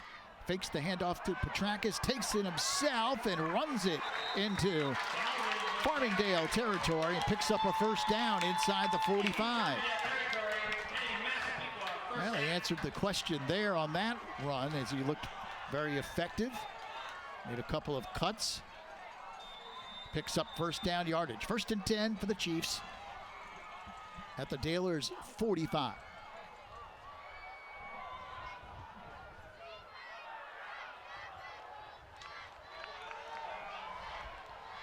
Petrakis this time breaks one tackle, steps out of another, then breaks more tackles and takes it inside the 40-yard line.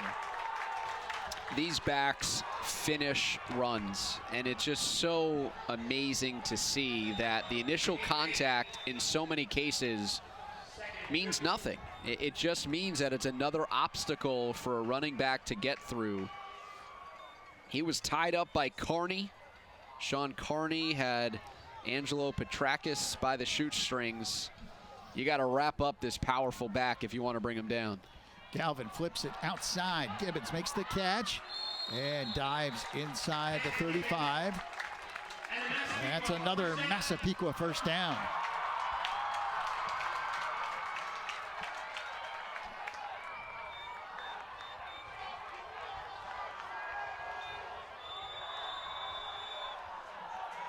First and 10 at the 32. Galvin a run all the way, takes a step back and then takes it down to the 30. Short pickup on the play. Pickup of 2.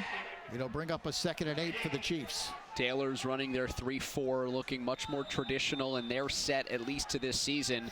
As mentioned earlier, Buddy Krummenacher has never run a 3-4, but really loves his linebacking core, really likes that group, and designed a defense to make sure all of them could be on the field and really maximize his team's strength defensively this season.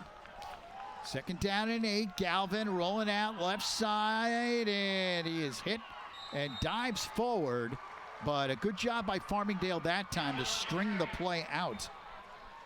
Brandon Emirati, outside linebacker, kind of pushed things along the line of scrimmage. Part of that group, that 4-man unit that Krummenacher really likes. They've been productive this season so far. Good quickness and the ability to get outside to the ball carrier. Big play in the drive here, 3rd and 2. Petrakis gets the handoff, dives ahead. He is close to the first down. Chris Charleston on the tackle for the Dalers. Let's see where they mark the football. Down at about the 22, and he is short. So it brings up a 4th down. Massapequa trying to keep this drive alive. It's 4th down and less than a yard. Well, the officials will measure here. Clock stops with just under 5 minutes left here in the 3rd quarter.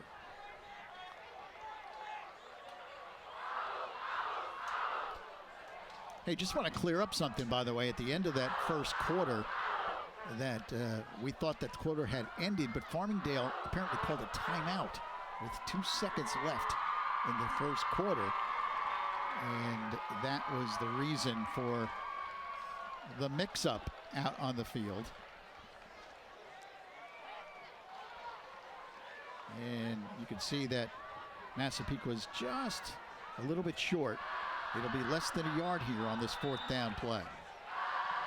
So we mentioned earlier when Farmingdale had a couple of, or at least one, 4th and short.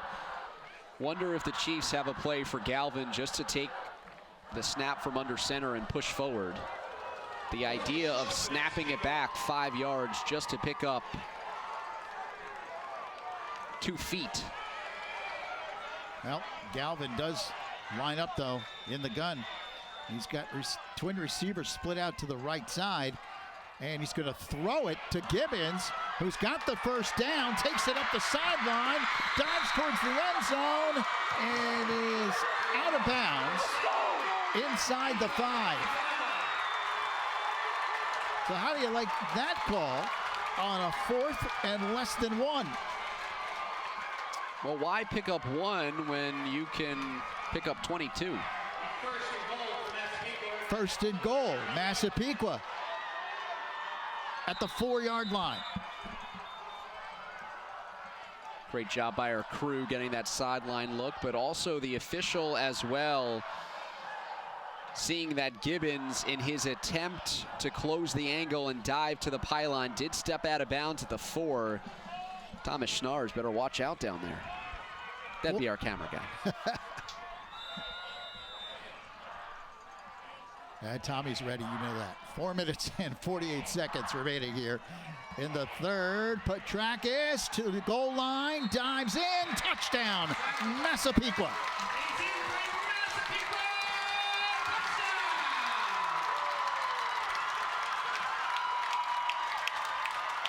So the Chiefs have come roaring back. And a chance now to make it a 7-point game. As Marsh is in to kick the extra point. We've seen another touchdown drive extended by a 4th down conversion. Farmingdale had 3 of those in the first half. First time here for Massapequa. And the kick is good. 4 minutes, 44 seconds remaining in the third. It's now Farmingdale 34, Massapequa 27. It's really just so fun to watch these ball carriers complete these runs and just not let up until they hear the whistle, until they are fully on the ground. Angelo Petrakis, first touchdown today, already 7 as we play here in week 3 on the season.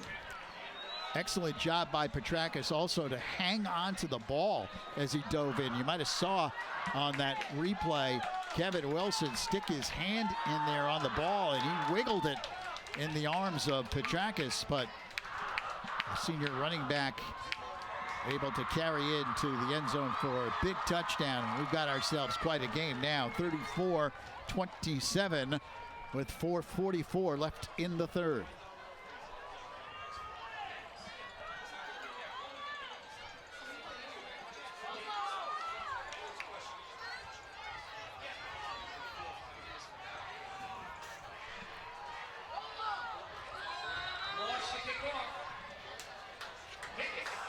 Hickus and Carpata back deep for Farmingdale. They stand inside the 5. And Marsh to kick off. Short little pooch kick that is picked up by Carpata, and he takes it up to about the 25. Well, that's where Farmingdale will put it in play. Well, the Dalers now still in the lead, but Massapequa has come storming back. And Farmingdale looking to see if they can get their offense back on track here.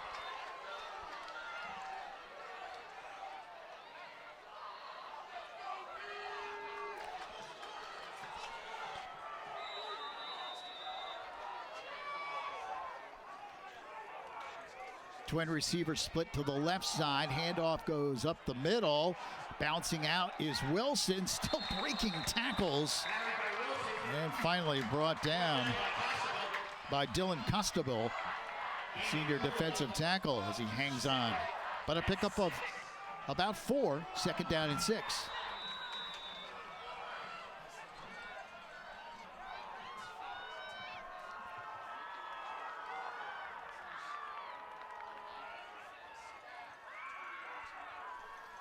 Carpata in motion, and here's Lundeen, who weaves his way to about the 33-yard line or so.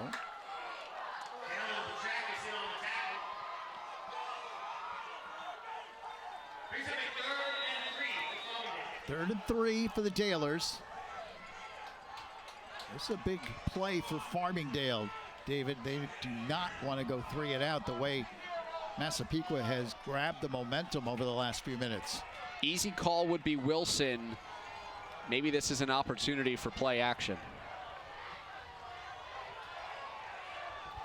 They hand it off. It is Wilson who spins ahead, and that last spin may have been enough to get the first down, and indeed it does move the chains. I mean, it's every run, Lou. You're talking about somebody getting the ball, getting hit, spinning, moving, churning, running over.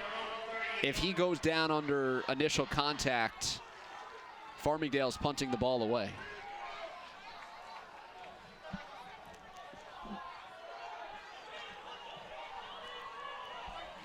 Inside 3 minutes left in the third. High snap, handoff goes to Wilson, cuts outside, breaks into the secondary, and plows over a couple of defensive backs for Massapequa, near first down yardage. If we use this game as precedent for what happens for Farmingdale, if they pick up a first down, they score.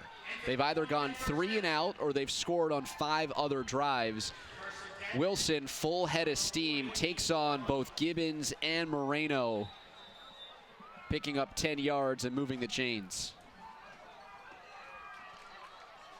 So the football at the 48-yard line. And Lou, this is not only important for Farmingdale to answer back with more points, but they've got to hold on to the ball here. They've got to get some possession time, and I think they've been a little slower in and out of the huddles here because Massapequa's offense is starting to hum. 1st and 10 for the Dalers. Handoff, Wilson again, and he hops over a couple of would-be tacklers and takes it all the way down to the 45-yard line of Massapequa. Kevin Wilson has been a workhorse today for Farmingdale. 2nd and 2. That's all offensive line right there. Seam for Wilson. A pickup of 8 on that first down carry. 2nd down and 2. From the Massapequa 44, Wilson again, and again he's got big yardage and takes it all the way down to the 35-yard line.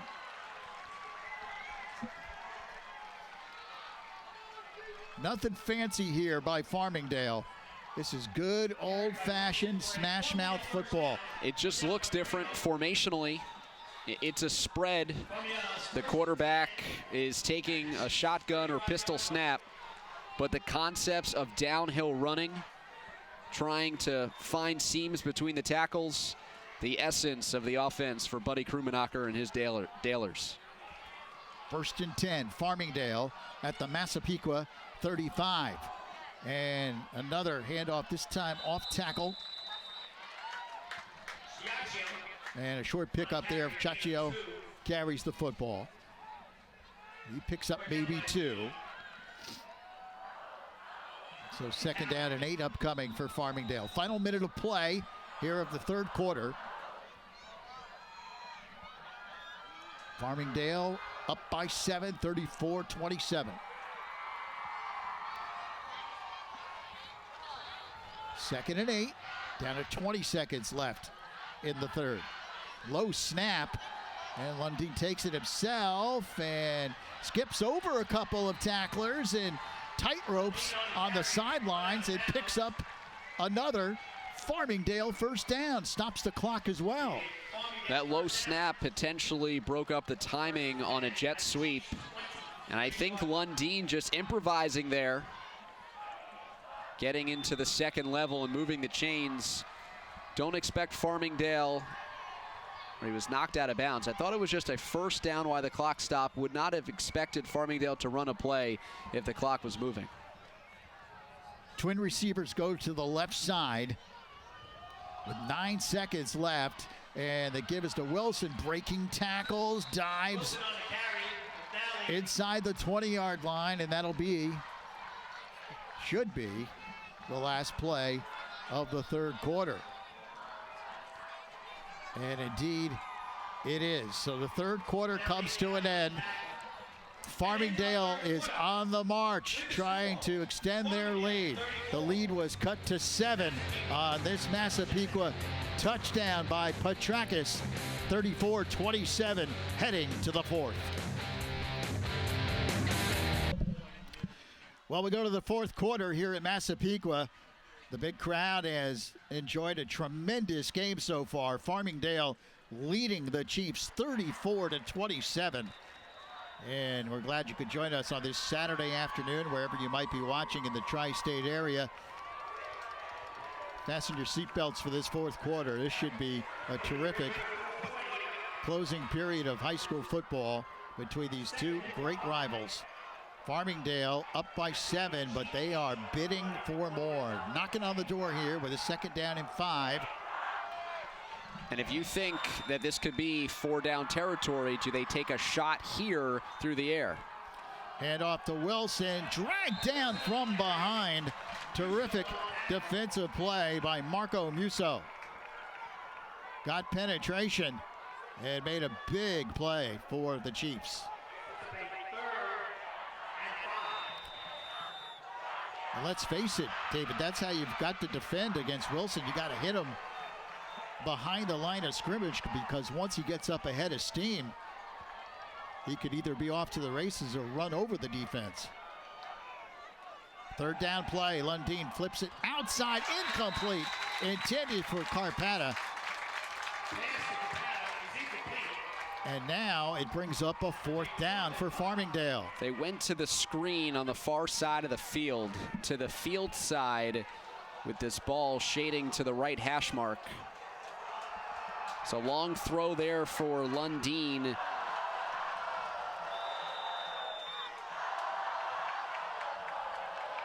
On a 4th down play, Lundeen looking to throw. He steps up, going end zone, and it is caught. Touchdown, Farmingdale. Rich Hickes goes up the ladder and makes a terrific catch.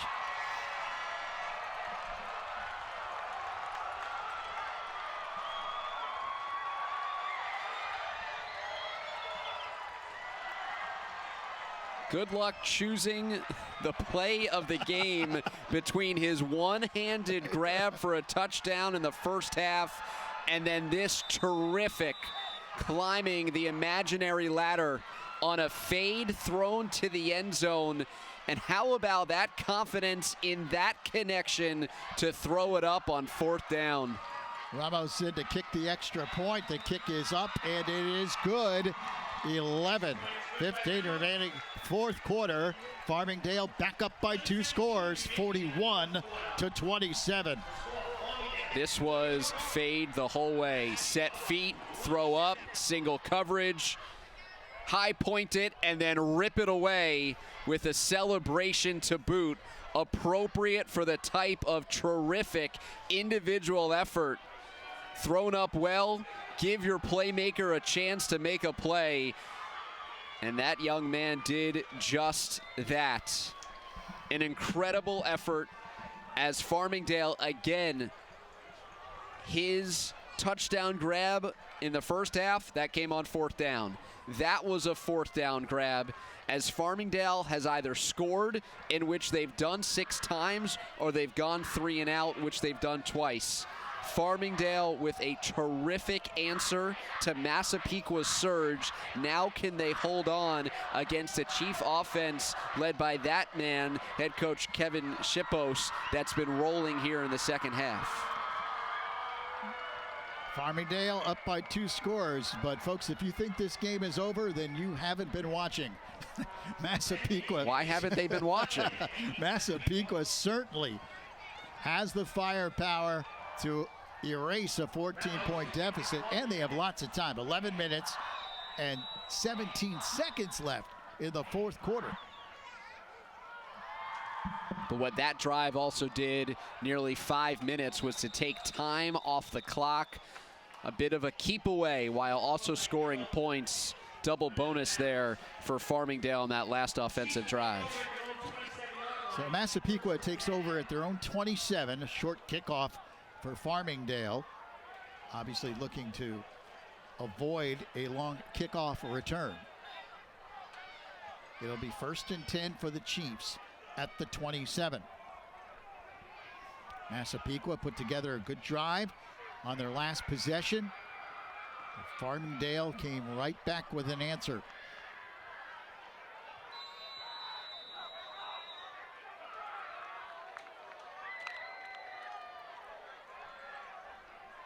Massapequa coming in 2-0 on the year. Farmingdale at 1 up and 1 down.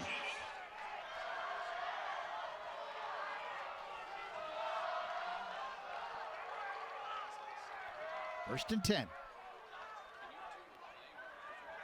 Here is the give to Rendy, trying to come around the corner, not going to get there. Excellent defensive play by Lorenzo Ramos, who strung it out and made the tackle.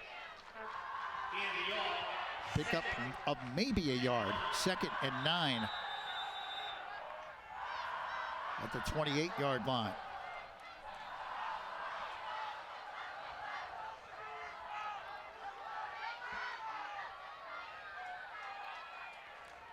Galvin rolling out, right side, flips it outside, catch made. Down the sidelines, Gibbons, and he picks up good yardage. Nicely run play by the Chiefs.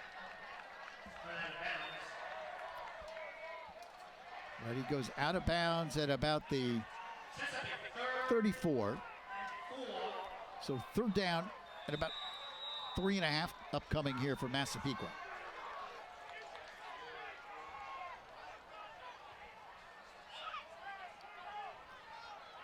Corso and Gibbons wide to the left. Galvin keeps it himself. Galvin with a big run here, breaks outside, and finally brought down across the 45. Picks up a first down for the Chiefs. Chiefs have first and 10 from their own 47-yard line. Ball all the way up to the 47, 1st and 10, Massapequa. 10:20 left in the 4th. Trip receivers go right side. And Galvin fakes the throw that way, then is brought down. Short pickup. Ramos again in on the tackle for the Dalers. Ramos has really lived around the line of scrimmage. Started the game making a couple of nice stops. Set up there as an outside linebacker as part of a 5-man front. Pickup of 2. It brings up a 2nd down and 8.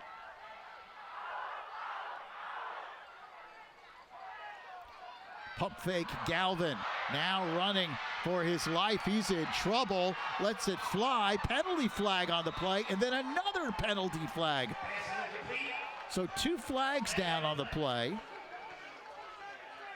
That ball might have grazed the lineman, Dan Meany, who tried to stay away from a pass because that would be an illegal touch. But there was also a flag that was thrown in the backfield in the direction of Galvin, where Chachio was in pursuit of the quarterback.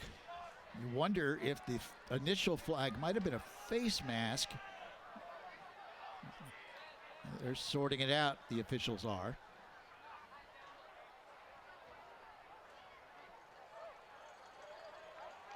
Looks like it's, face mask was the initial call against Farmingdale. Then ineligible man downfield, those penalties offset. So this all works in Massapequa's favor, and they'll repeat 2nd and 8. It's interesting. If Galvin would have taken the sack, it would have been wiped out by the face masking penalty. But because he kept the play alive and threw it down the field, that's where the Chiefs picked up the penalty.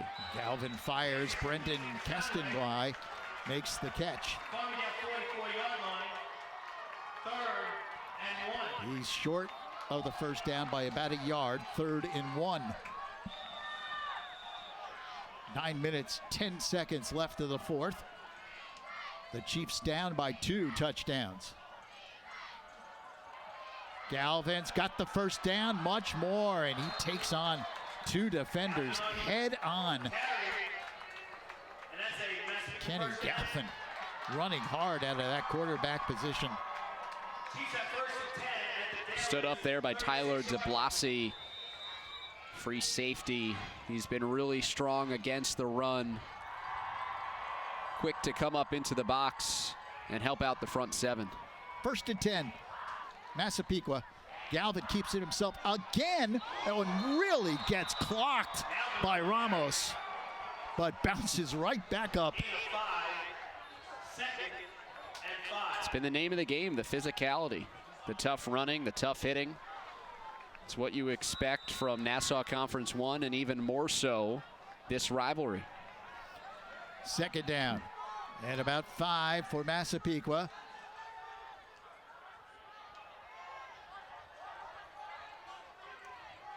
Galvin in trouble, gets away, now tosses, it's caught. Nice play by Kenny Galvin as he throws it to Petrakis, who makes the catch. That's a Massapequa first down. And that's a first down for the Chiefs. Nicely done by Galvin. Petrakis with the headsy play after Galvin tosses it. At the Dallas 18-yard line. And there was a bit of a scrum at the end. At Petrakis, he lost it. And it was collected, I think, between his legs. On a 1st and 10, Petrakis carries, takes it down near the 15-yard line. We're inside 8 minutes left in the 4th quarter. Thought I did see the beanie thrown, and it was. Massapequa lost a fumble in the first half, which led to 7 points for Farmingdale. Trip receivers right side, but Galvin goes to the left, and it's incomplete. It hits the back of the Farmingdale defender, Phil Carpata. You could face guard in high school. That's a legal play as long as there's no contact.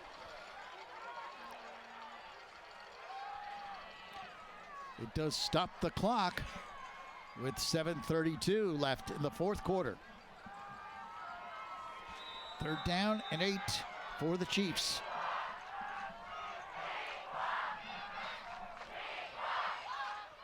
Galvin, weird looking play. It looked like the snap came maybe early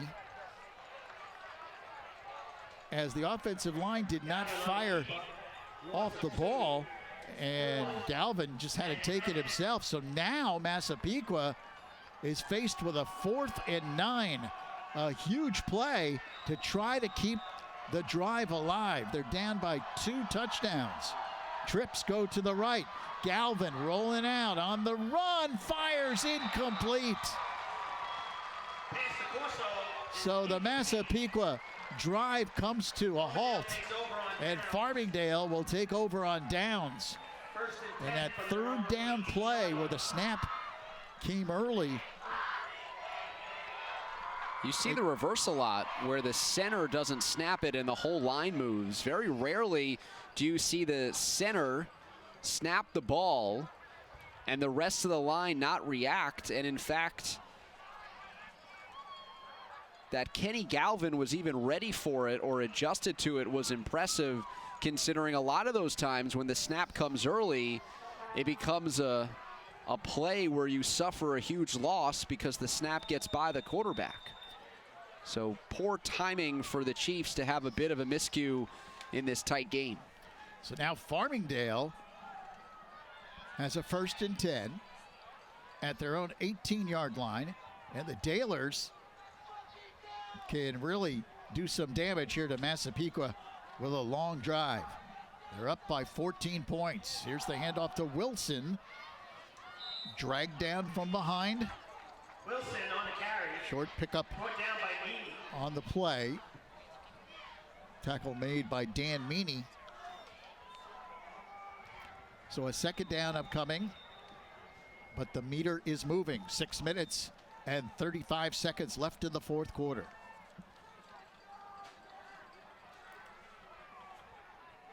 If Massapequa is going to sell out to stop the run, does Nick Lundeen have another one of those timely tosses?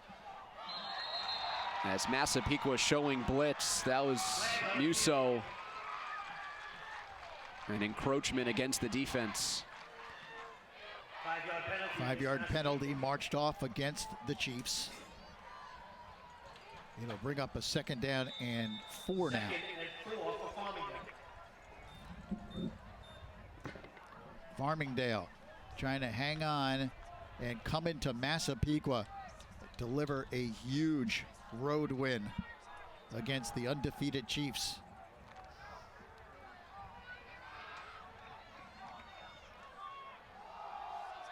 Here is Wilson, gets outside, barrels up the sideline, breaks into the secondary.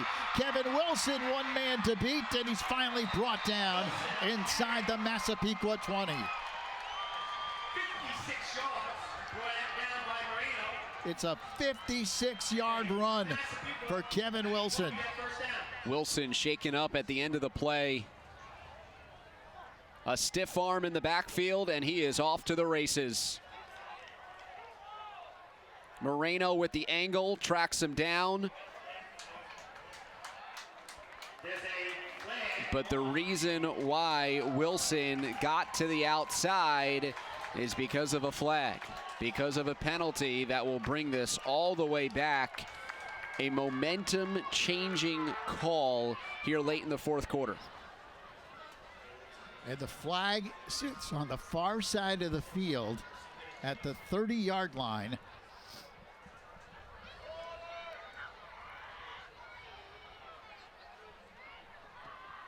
And that wipes out a big 56-yard run by Wilson. And again, they're stretching him out. So it looks like a cramp. Hopefully they can get him back. And he does get up under his own power. But not in there for this play.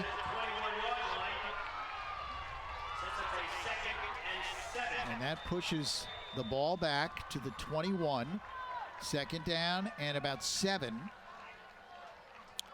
So this flag was thrown after Wilson had turned the corner and picked up the first down, since it's 10 yards from the spot.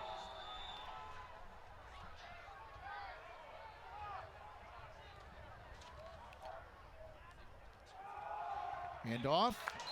Nothing there, maybe a yard. It's Chaccio on the carry. So it brings up a third down. That penalty huge, as it really keeps Massapequa in the game. And Wilson picked up those 56 yards.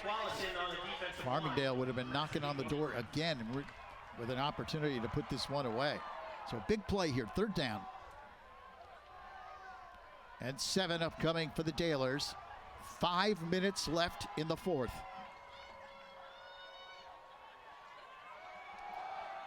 Trying to get outside Chaccio, and the Chiefs turn him in. So fourth down, and Farmingdale will have to punt it away. Massapequa calls a timeout. So the Chiefs stop the clock with 4 minutes and 39 seconds remaining here in the fourth quarter. They did not have Kevin Wilson, Massapequa, on that last play. Perhaps a bit more than just the cramps that we were suspecting earlier, getting the attention of the athletic trainer, and I believe it's his right foot that's being taped up as he just got up on his feet. Two-way player, so Farmingdale might need to make a replacement in the secondary on this upcoming defensive drive, and certainly a different thought on that third down with Wilson running it compared to anybody else as he tries to test out that right foot. And he's hobbling on the far sideline, on that Farmingdale sideline. What a difference maker he's been today. Those long touchdown runs, he's got 3 of them in total. 30 yards, 64 yards, one a bit closer to the end zone. Farmingdale with a 4th and 5, but they will punt it away. They're leading 41-27. Massapequa will get the ball. Pretty good field position here as Warshawski is in to punt it away. And Ian Gibbons back deep for Massapequa. High, short kick that bounces across the 45, and the Dalers down it at the 43-yard line. Massapequa will put it in play there. Down by 2 scores with 4:29 left. Massapequa preserved 30 seconds or so. Calling timeout and forcing Farmingdale to punt with the clock stopped. This is a quick strike, quick moving offense for the Chiefs. They're down 2 scores. So a score, a stop, and then getting possession back for a potential game-tying touchdown drive. It's got to start here, though, for Massapequa against this Farmingdale defense. 1st and 10 for the Chiefs. Here's Galvin looking to throw. He is brought down from behind. Beautiful play. Coming in, Neil Levantini got a piece from his defensive end position. Tripping up Galvin low and knocking him off balance. In the last couple of drives, the Farmingdale pressure has gotten there better than they have at any point during the game. Huge loss on that play. 2nd and 22. Galvin fires outside, and catch made by Matt Corso, but a short pickup on the play. He got rocked by Carpata after the catch. And on the throwing end of that, Dominic Chaccio, the outside linebacker for Farmingdale, getting a lick on Kenny Galvin. This pass rush is getting home. Now Galvin running away from Levantini, takes it up the sideline, takes a big hit on the near side, and he is shaken up, and a penalty flag thrown on the play as well. So Kenny Galvin gets up, heads back onto the field. He really took a shot. He got rocked, but he got hit in the paint. Play is over. This is most likely a personal foul, and a play that will extend the drive for Massapequa after the Chiefs were about to face a 4th down. There's the call. 15-yarder. Takes it across midfield. Just 15 yards, not an automatic first. So this 4th down becomes much more manageable. It is 4th down and about 2 upcoming for Massapequa. Well, for all intents and purposes, this is really the game here. With 3 minutes and 20 seconds left, if they don't get it, Farmingdale's going to get the ball at midfield. So Massapequa needs to get this 1st down on a 4th and 2. Sean Sullivan showing blitz up the middle for Farmingdale. He backs off. Takes off. He's got the 1st down, reverses his direction. Beautiful run by Galvin, who started to the right. There was nothing there, and then he cut back and took it to the left. So what would have been 4th and 17 turns into 4th and 2. Galvin does such a nice job of circling his runs and really trying to find the soft spots of the defense. 1st and 10. Galvin looking to throw. He fires. It is caught. Rendy on the reception. Boy, I'm looking at Kenny Galvin out there, and he has been really beat up in this game. What a warrior as he clocks it.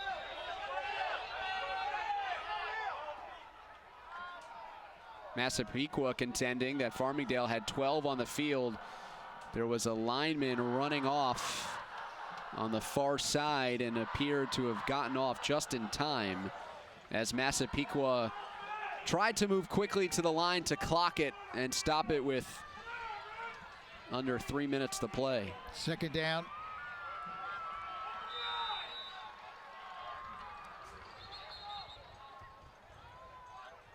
It is third down. The yeah, completion of 8 and then clocking it. Right, should be 3rd down. 3rd down and 2. Farmingdale calling timeout. There was a coordinator that rushed down the field to tell Buddy Krumanacher that they should talk it over before defensively facing this 3rd and 2. Well, Massapequa needs a quick score, and then they can decide how they would want to play it. But if they can get a score before the 2-minute mark, They can get right back in this thing, down by 14 points. Right, they're teetering, Lou, on if we score, do we kick it away? Do we onside it? It's a lot to think about down the line, and I'm sure somebody on that coaching staff is as they creep towards that 2-minute mark. They still have those 2 timeouts left, both teams with 2 left after Farmingdale uses one here defensively. And for Massapequa on this 3rd and short and 4th and short situations, they've gone to the quarterback run with Galvin, who's taken a couple of big hits on this drive. The one that drew a flag of a personal foul and then also got tripped up and sacked. Another classic game between these rivals. And in terms of the standings, with Freeport at 3-0, Massapequa trying to keep pace. A Freeport team that already beat Farmingdale earlier this year. 3rd down and 2. Galvin fires, incomplete. Intended for Brendan Costanguay, and it is incomplete. Galvin taking another hit as he stood in to make that throw. Garrett Gibbons, who has a 4th down catch in the second half, lined up slot right. Massapequa trying to stay alive on this play, and they are stopped behind the line of scrimmage. Petrakis is hit and dropped, and the Farmingdale defense comes up huge, stopping Massapequa on a 4th and 2. Neil Levantini leading the charge. And so rare to see a running back in this game get dropped on initial contact. Surging through to make the play and plant Petrakis. Amanda told us that this rivalry goes well beyond just high school. These neighboring towns playing pee-wee football against each other. That tackle for Levantini, many years in the making, as the Dalers are on their way to emerging with a well-earned and well-deserved road victory. And that tackle, as he slammed Petrakis to the ground, most likely has slammed the door on Massapequa. We'll see. 2.5 remaining here. And a timeout taken by the Chiefs. They stopped the clock with 2:29 left here in the 4th quarter. 1 timeout remaining for Massapequa so they could stop the clock after 2nd down. Did not see Kevin Wilson out there, the running back for Farmingdale, on that 1st down play. Massapequa came in 2-0, having blown out their first 2 opponents. But Farmingdale, who had lost to Freeport in the first game of the season, kind of got their act together last week against East Meadow, and they have come to play today against the undefeated Chiefs. The Jets are the opponent for Massapequa next week. Chiefs will be on the road at East Meadow and then at Freeport in week 5. It's a matchup between the top 2 preseason teams. But Farmingdale, preseason number 3, already having that loss to the Red Devils, putting their name in the mix. Hand off as Chachio looks to get outside. It'll bring up a 3rd down play.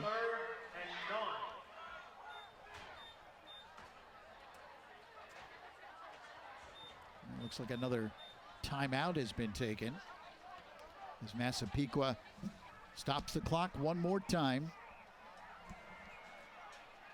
Added timeouts now. Cannot stop the clock after this 3rd down play. It's tempting to go for it and end the game, but the wise play is to keep it on the ground, use more clock into a 4th down punt if you can't convert. If Wilson isn't out there, Lundeen, the quarterback, might be your best runner. As Buddy Krumenacher just a couple of minutes away from picking up career win. 257 between his time as the head coach of his alma mater at Farmingdale and the wins that he picked up during his 11 years at Hempstead, 77 of them. Started today 5th best in history for Long Island wins behind Richie Reichert, who's coaching in his final season. And Chacho trying to get outside, breaks a tackle, takes it up the sideline, and he may have gotten the first down, and I believe he did. Fitting. Absolutely fitting for Farmingdale. The hard-nosed power running, the ability to break tackles and complete runs, and even the backup in that respect, getting in on the action. I thought that was good for a first down, but perhaps Chacho stepping out of bounds. This might call for a measurement with the ball just shy of the 44. And looks like where they placed the ball, he's going to be short. I thought he had picked up the first down. And they will actually officially measure, but the chain is right there. And where the ball is placed, it does look about a half a yard short. Prior to this measurement, there's an official conversation as Buddy Krumenacher had an extended chat with our referee. And it's tempting to go for it for sure. The prudent play would be to kick it away. But you are just a couple of feet away from ending the game right here. Minute 51 left on the clock. And now they're putting 4 seconds back on the clock as the officials are saying there's 1:54, I believe. 2:14 on the clock. So that's quite a difference. Official time, of course, kept on the field.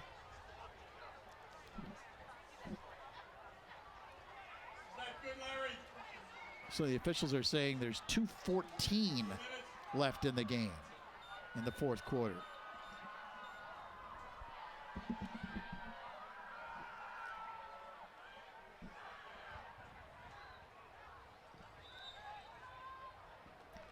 So 2 minutes and 14 seconds remaining. It's changed again. Just now it's 2 been minutes. changed again. Now it's 2 minutes. So we went from 1:55 to 2:14 to 2 minutes. Still the fourth quarter. Yes, that we know. 2 minutes even left. Fourth down, and Farmingdale is going for it, or at least trying to draw Massapequa offside. Hard count here by Lundeen. Massapequa is not biting. And they take the clock all the way down to 1:36. And now call timeout. They'll punt it away. Drain the play clock, call timeout. And so Massapequa about to get the ball back, trailing by a couple of touchdowns. Well, David, you know I'm a concession stand connoisseur. And here, that is one of your many strengths, yes. Yes, and here at Massapequa, I tell you, you smell that popcorn? That is exceptionally smelling popcorn here at Massapequa. We haven't had any yet, but I tell you, it really smells good. Sounds like you're in line for a post-game snack. It's sure. It's fresh, huh? Yeah, it smells great. As the smell wafts into the press box here at Massapequa. I could close the windows for you if that'd be helpful. No, I'm enjoying it. So, supreme air guitarist, concession stand connoisseur. You're building up quite the resume, Lou. David, it's the little things in life that you have to appreciate. So 4th down and 1. I'll know for next game what to bring you. At the 43-yard line. Farmingdale will punt it away as Warshawski comes in to kick it. And Gibbons is back deep for Massapequa. Hoping to get a touch here and make a big play for the Chiefs, trying to get them back in. Warshawski kicks it, and it is fielded by Gibbons. He angles. Garrett Gibbons now reversing direction. He goes down at the 34. Smart to try to reverse field and take a chance. You need a lot of things to break your way in the final minute and change. And since Farmingdale had full protection on that kick, it was returnable for Gibbons. The 1st and 10 at the 35-yard line.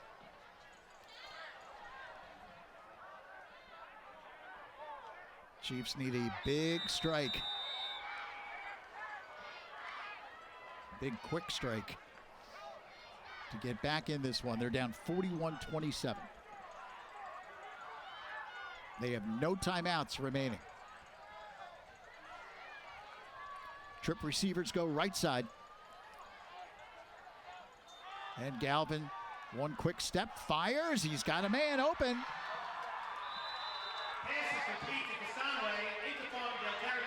Brendan Castangwe takes it up across the 50 to the 47-yard line. First down, Massapequa. Levantini for Farmingdale. Neely got home, popped Galvin at the back end of that play. Galvin in trouble. Oh, Levantini. Actually, yeah, Neil Levantini just absolutely smokes Kenny Galvin. I'd say he got home on that one. Teed up the quarterback, and a clean, hard hit, driving Galvin to the turf. Second down and 19. Galvin looking to throw. Rolling out. Now lets it fly. It's caught.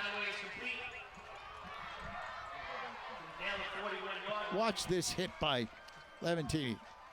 3rd and 6. Oh. Should wear pads up here. Kenny Galvin has taken some shots in this game. He's going to be a tired young man tonight. In a game that is highly watched for clean hits, that was one of them. Here's the catch made by Matt Corso. That's good for a first down, but there's only 32 seconds left in the 4th quarter. Chiefs have got to start thinking end zone here. Should say, in a game that is scrutinized for hits, that was a clean one. On the run, in trouble, lets it fly, incomplete. Chased down from behind and brought down by Dominic Chaccio. Pass rush really made a difference for Farmingdale in the 4th quarter. Officially, only 2 sacks.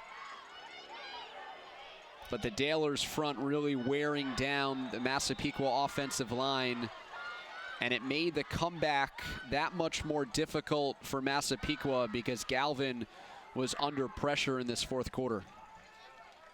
Second down, 10. And now penalty flags fly. This will back the Chiefs up. Massapequa had won 3 straight in the regular season against Farmingdale. That streak will come to a close. That run does not include the Farmingdale playoff victory in 2016. Second down and 15. Massapequa with only 22 seconds left. Galvin straight back to throw. Now he's going long towards the end zone. Incomplete. In and out of the hands of his intended receiver inside the 10. So a third down play upcoming for the Chiefs with 17 seconds left. Brendan Castangwe nearly had it, but Glavin's Hogarth came in, just raking that arm and popping the ball free.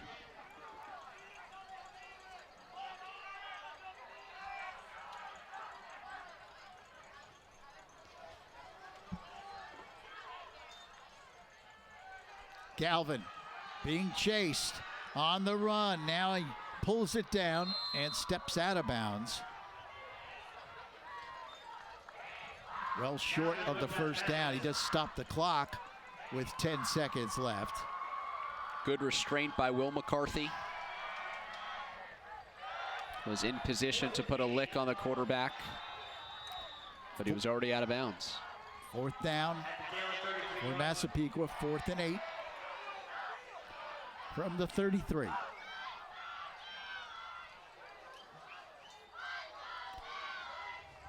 Galvin fires over the middle. It's caught.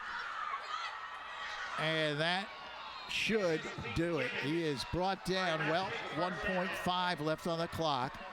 So as they move the chains, they'll start the clock as soon as the play is set. Galvin trying to get his team up so he can clock it. He does. Let's see. Did he clock it before the clock hit 0? Farmingdale says 0.3, the officials say. So they'll get one more play.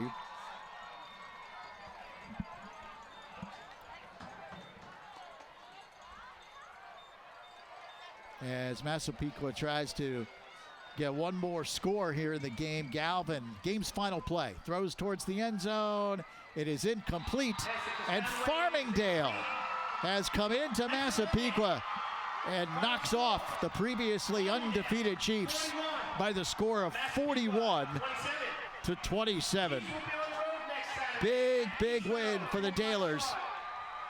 On the road, they improved a 2-1 on the year, and Massapequa tastes defeat for the first time here in 2018.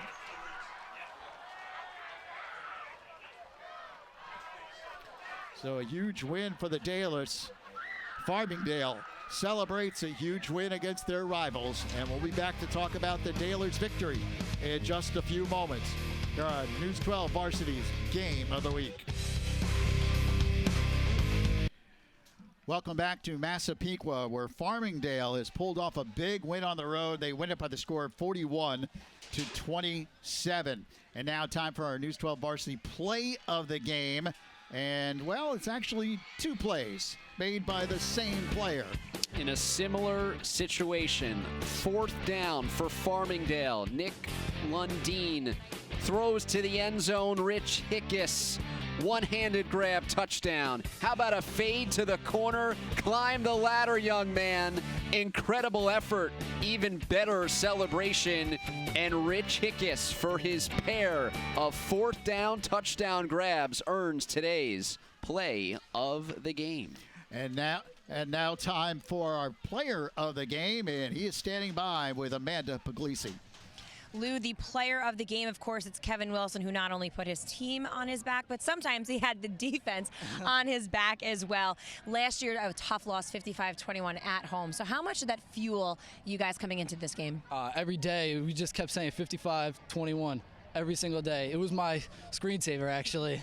So, yeah, that just motivated us so much more, and just played amazing today. Motivate, I don't know. We saw some really great and some aggressive play calling, especially on 4th down. What do you think was the key for this team with all those conversions? I don't know, just the linemen were just outstanding. Offensive coordinator Steve Probst, just great addition to our team this year, and everything just clicked. It was a great game. Smash mouth football, is that kind of the style that you like to play? Farmingdale football at its finest. All right, so how is the ankle doing? We saw you currently, for everyone at home, he is not wearing his right shoe, but how's the ankle feeling? You ready for next week? Nah, it's good. I'll be ready. I hope so. Great trainer Phil will help me out. All right, Kevin, congratulations. All right, thank you. All right, guys, back to you. All right, Amanda. Kevin Wilson says he'll be ready next week. That's not good news for Uniondale, who's the next opponent for Farmingdale. And Farmingdale with a huge win on the road here at Massapequa as they knock off the Chiefs by the score of 41-27. Well, our next game coming up next Friday night, another terrific matchup as Stepinac goes up against the Friars of St. Anthony's. Crusaders of the Friars on Friday night. Kickoff a little after 7 p.m. Watch live on Optimum Channel 61, News12Varsity.com, and the News 12 Varsity app. And the final score once again here today, Farmingdale 41 and Massapequa 27. More to come here on News 12 Varsity's Game of the Week.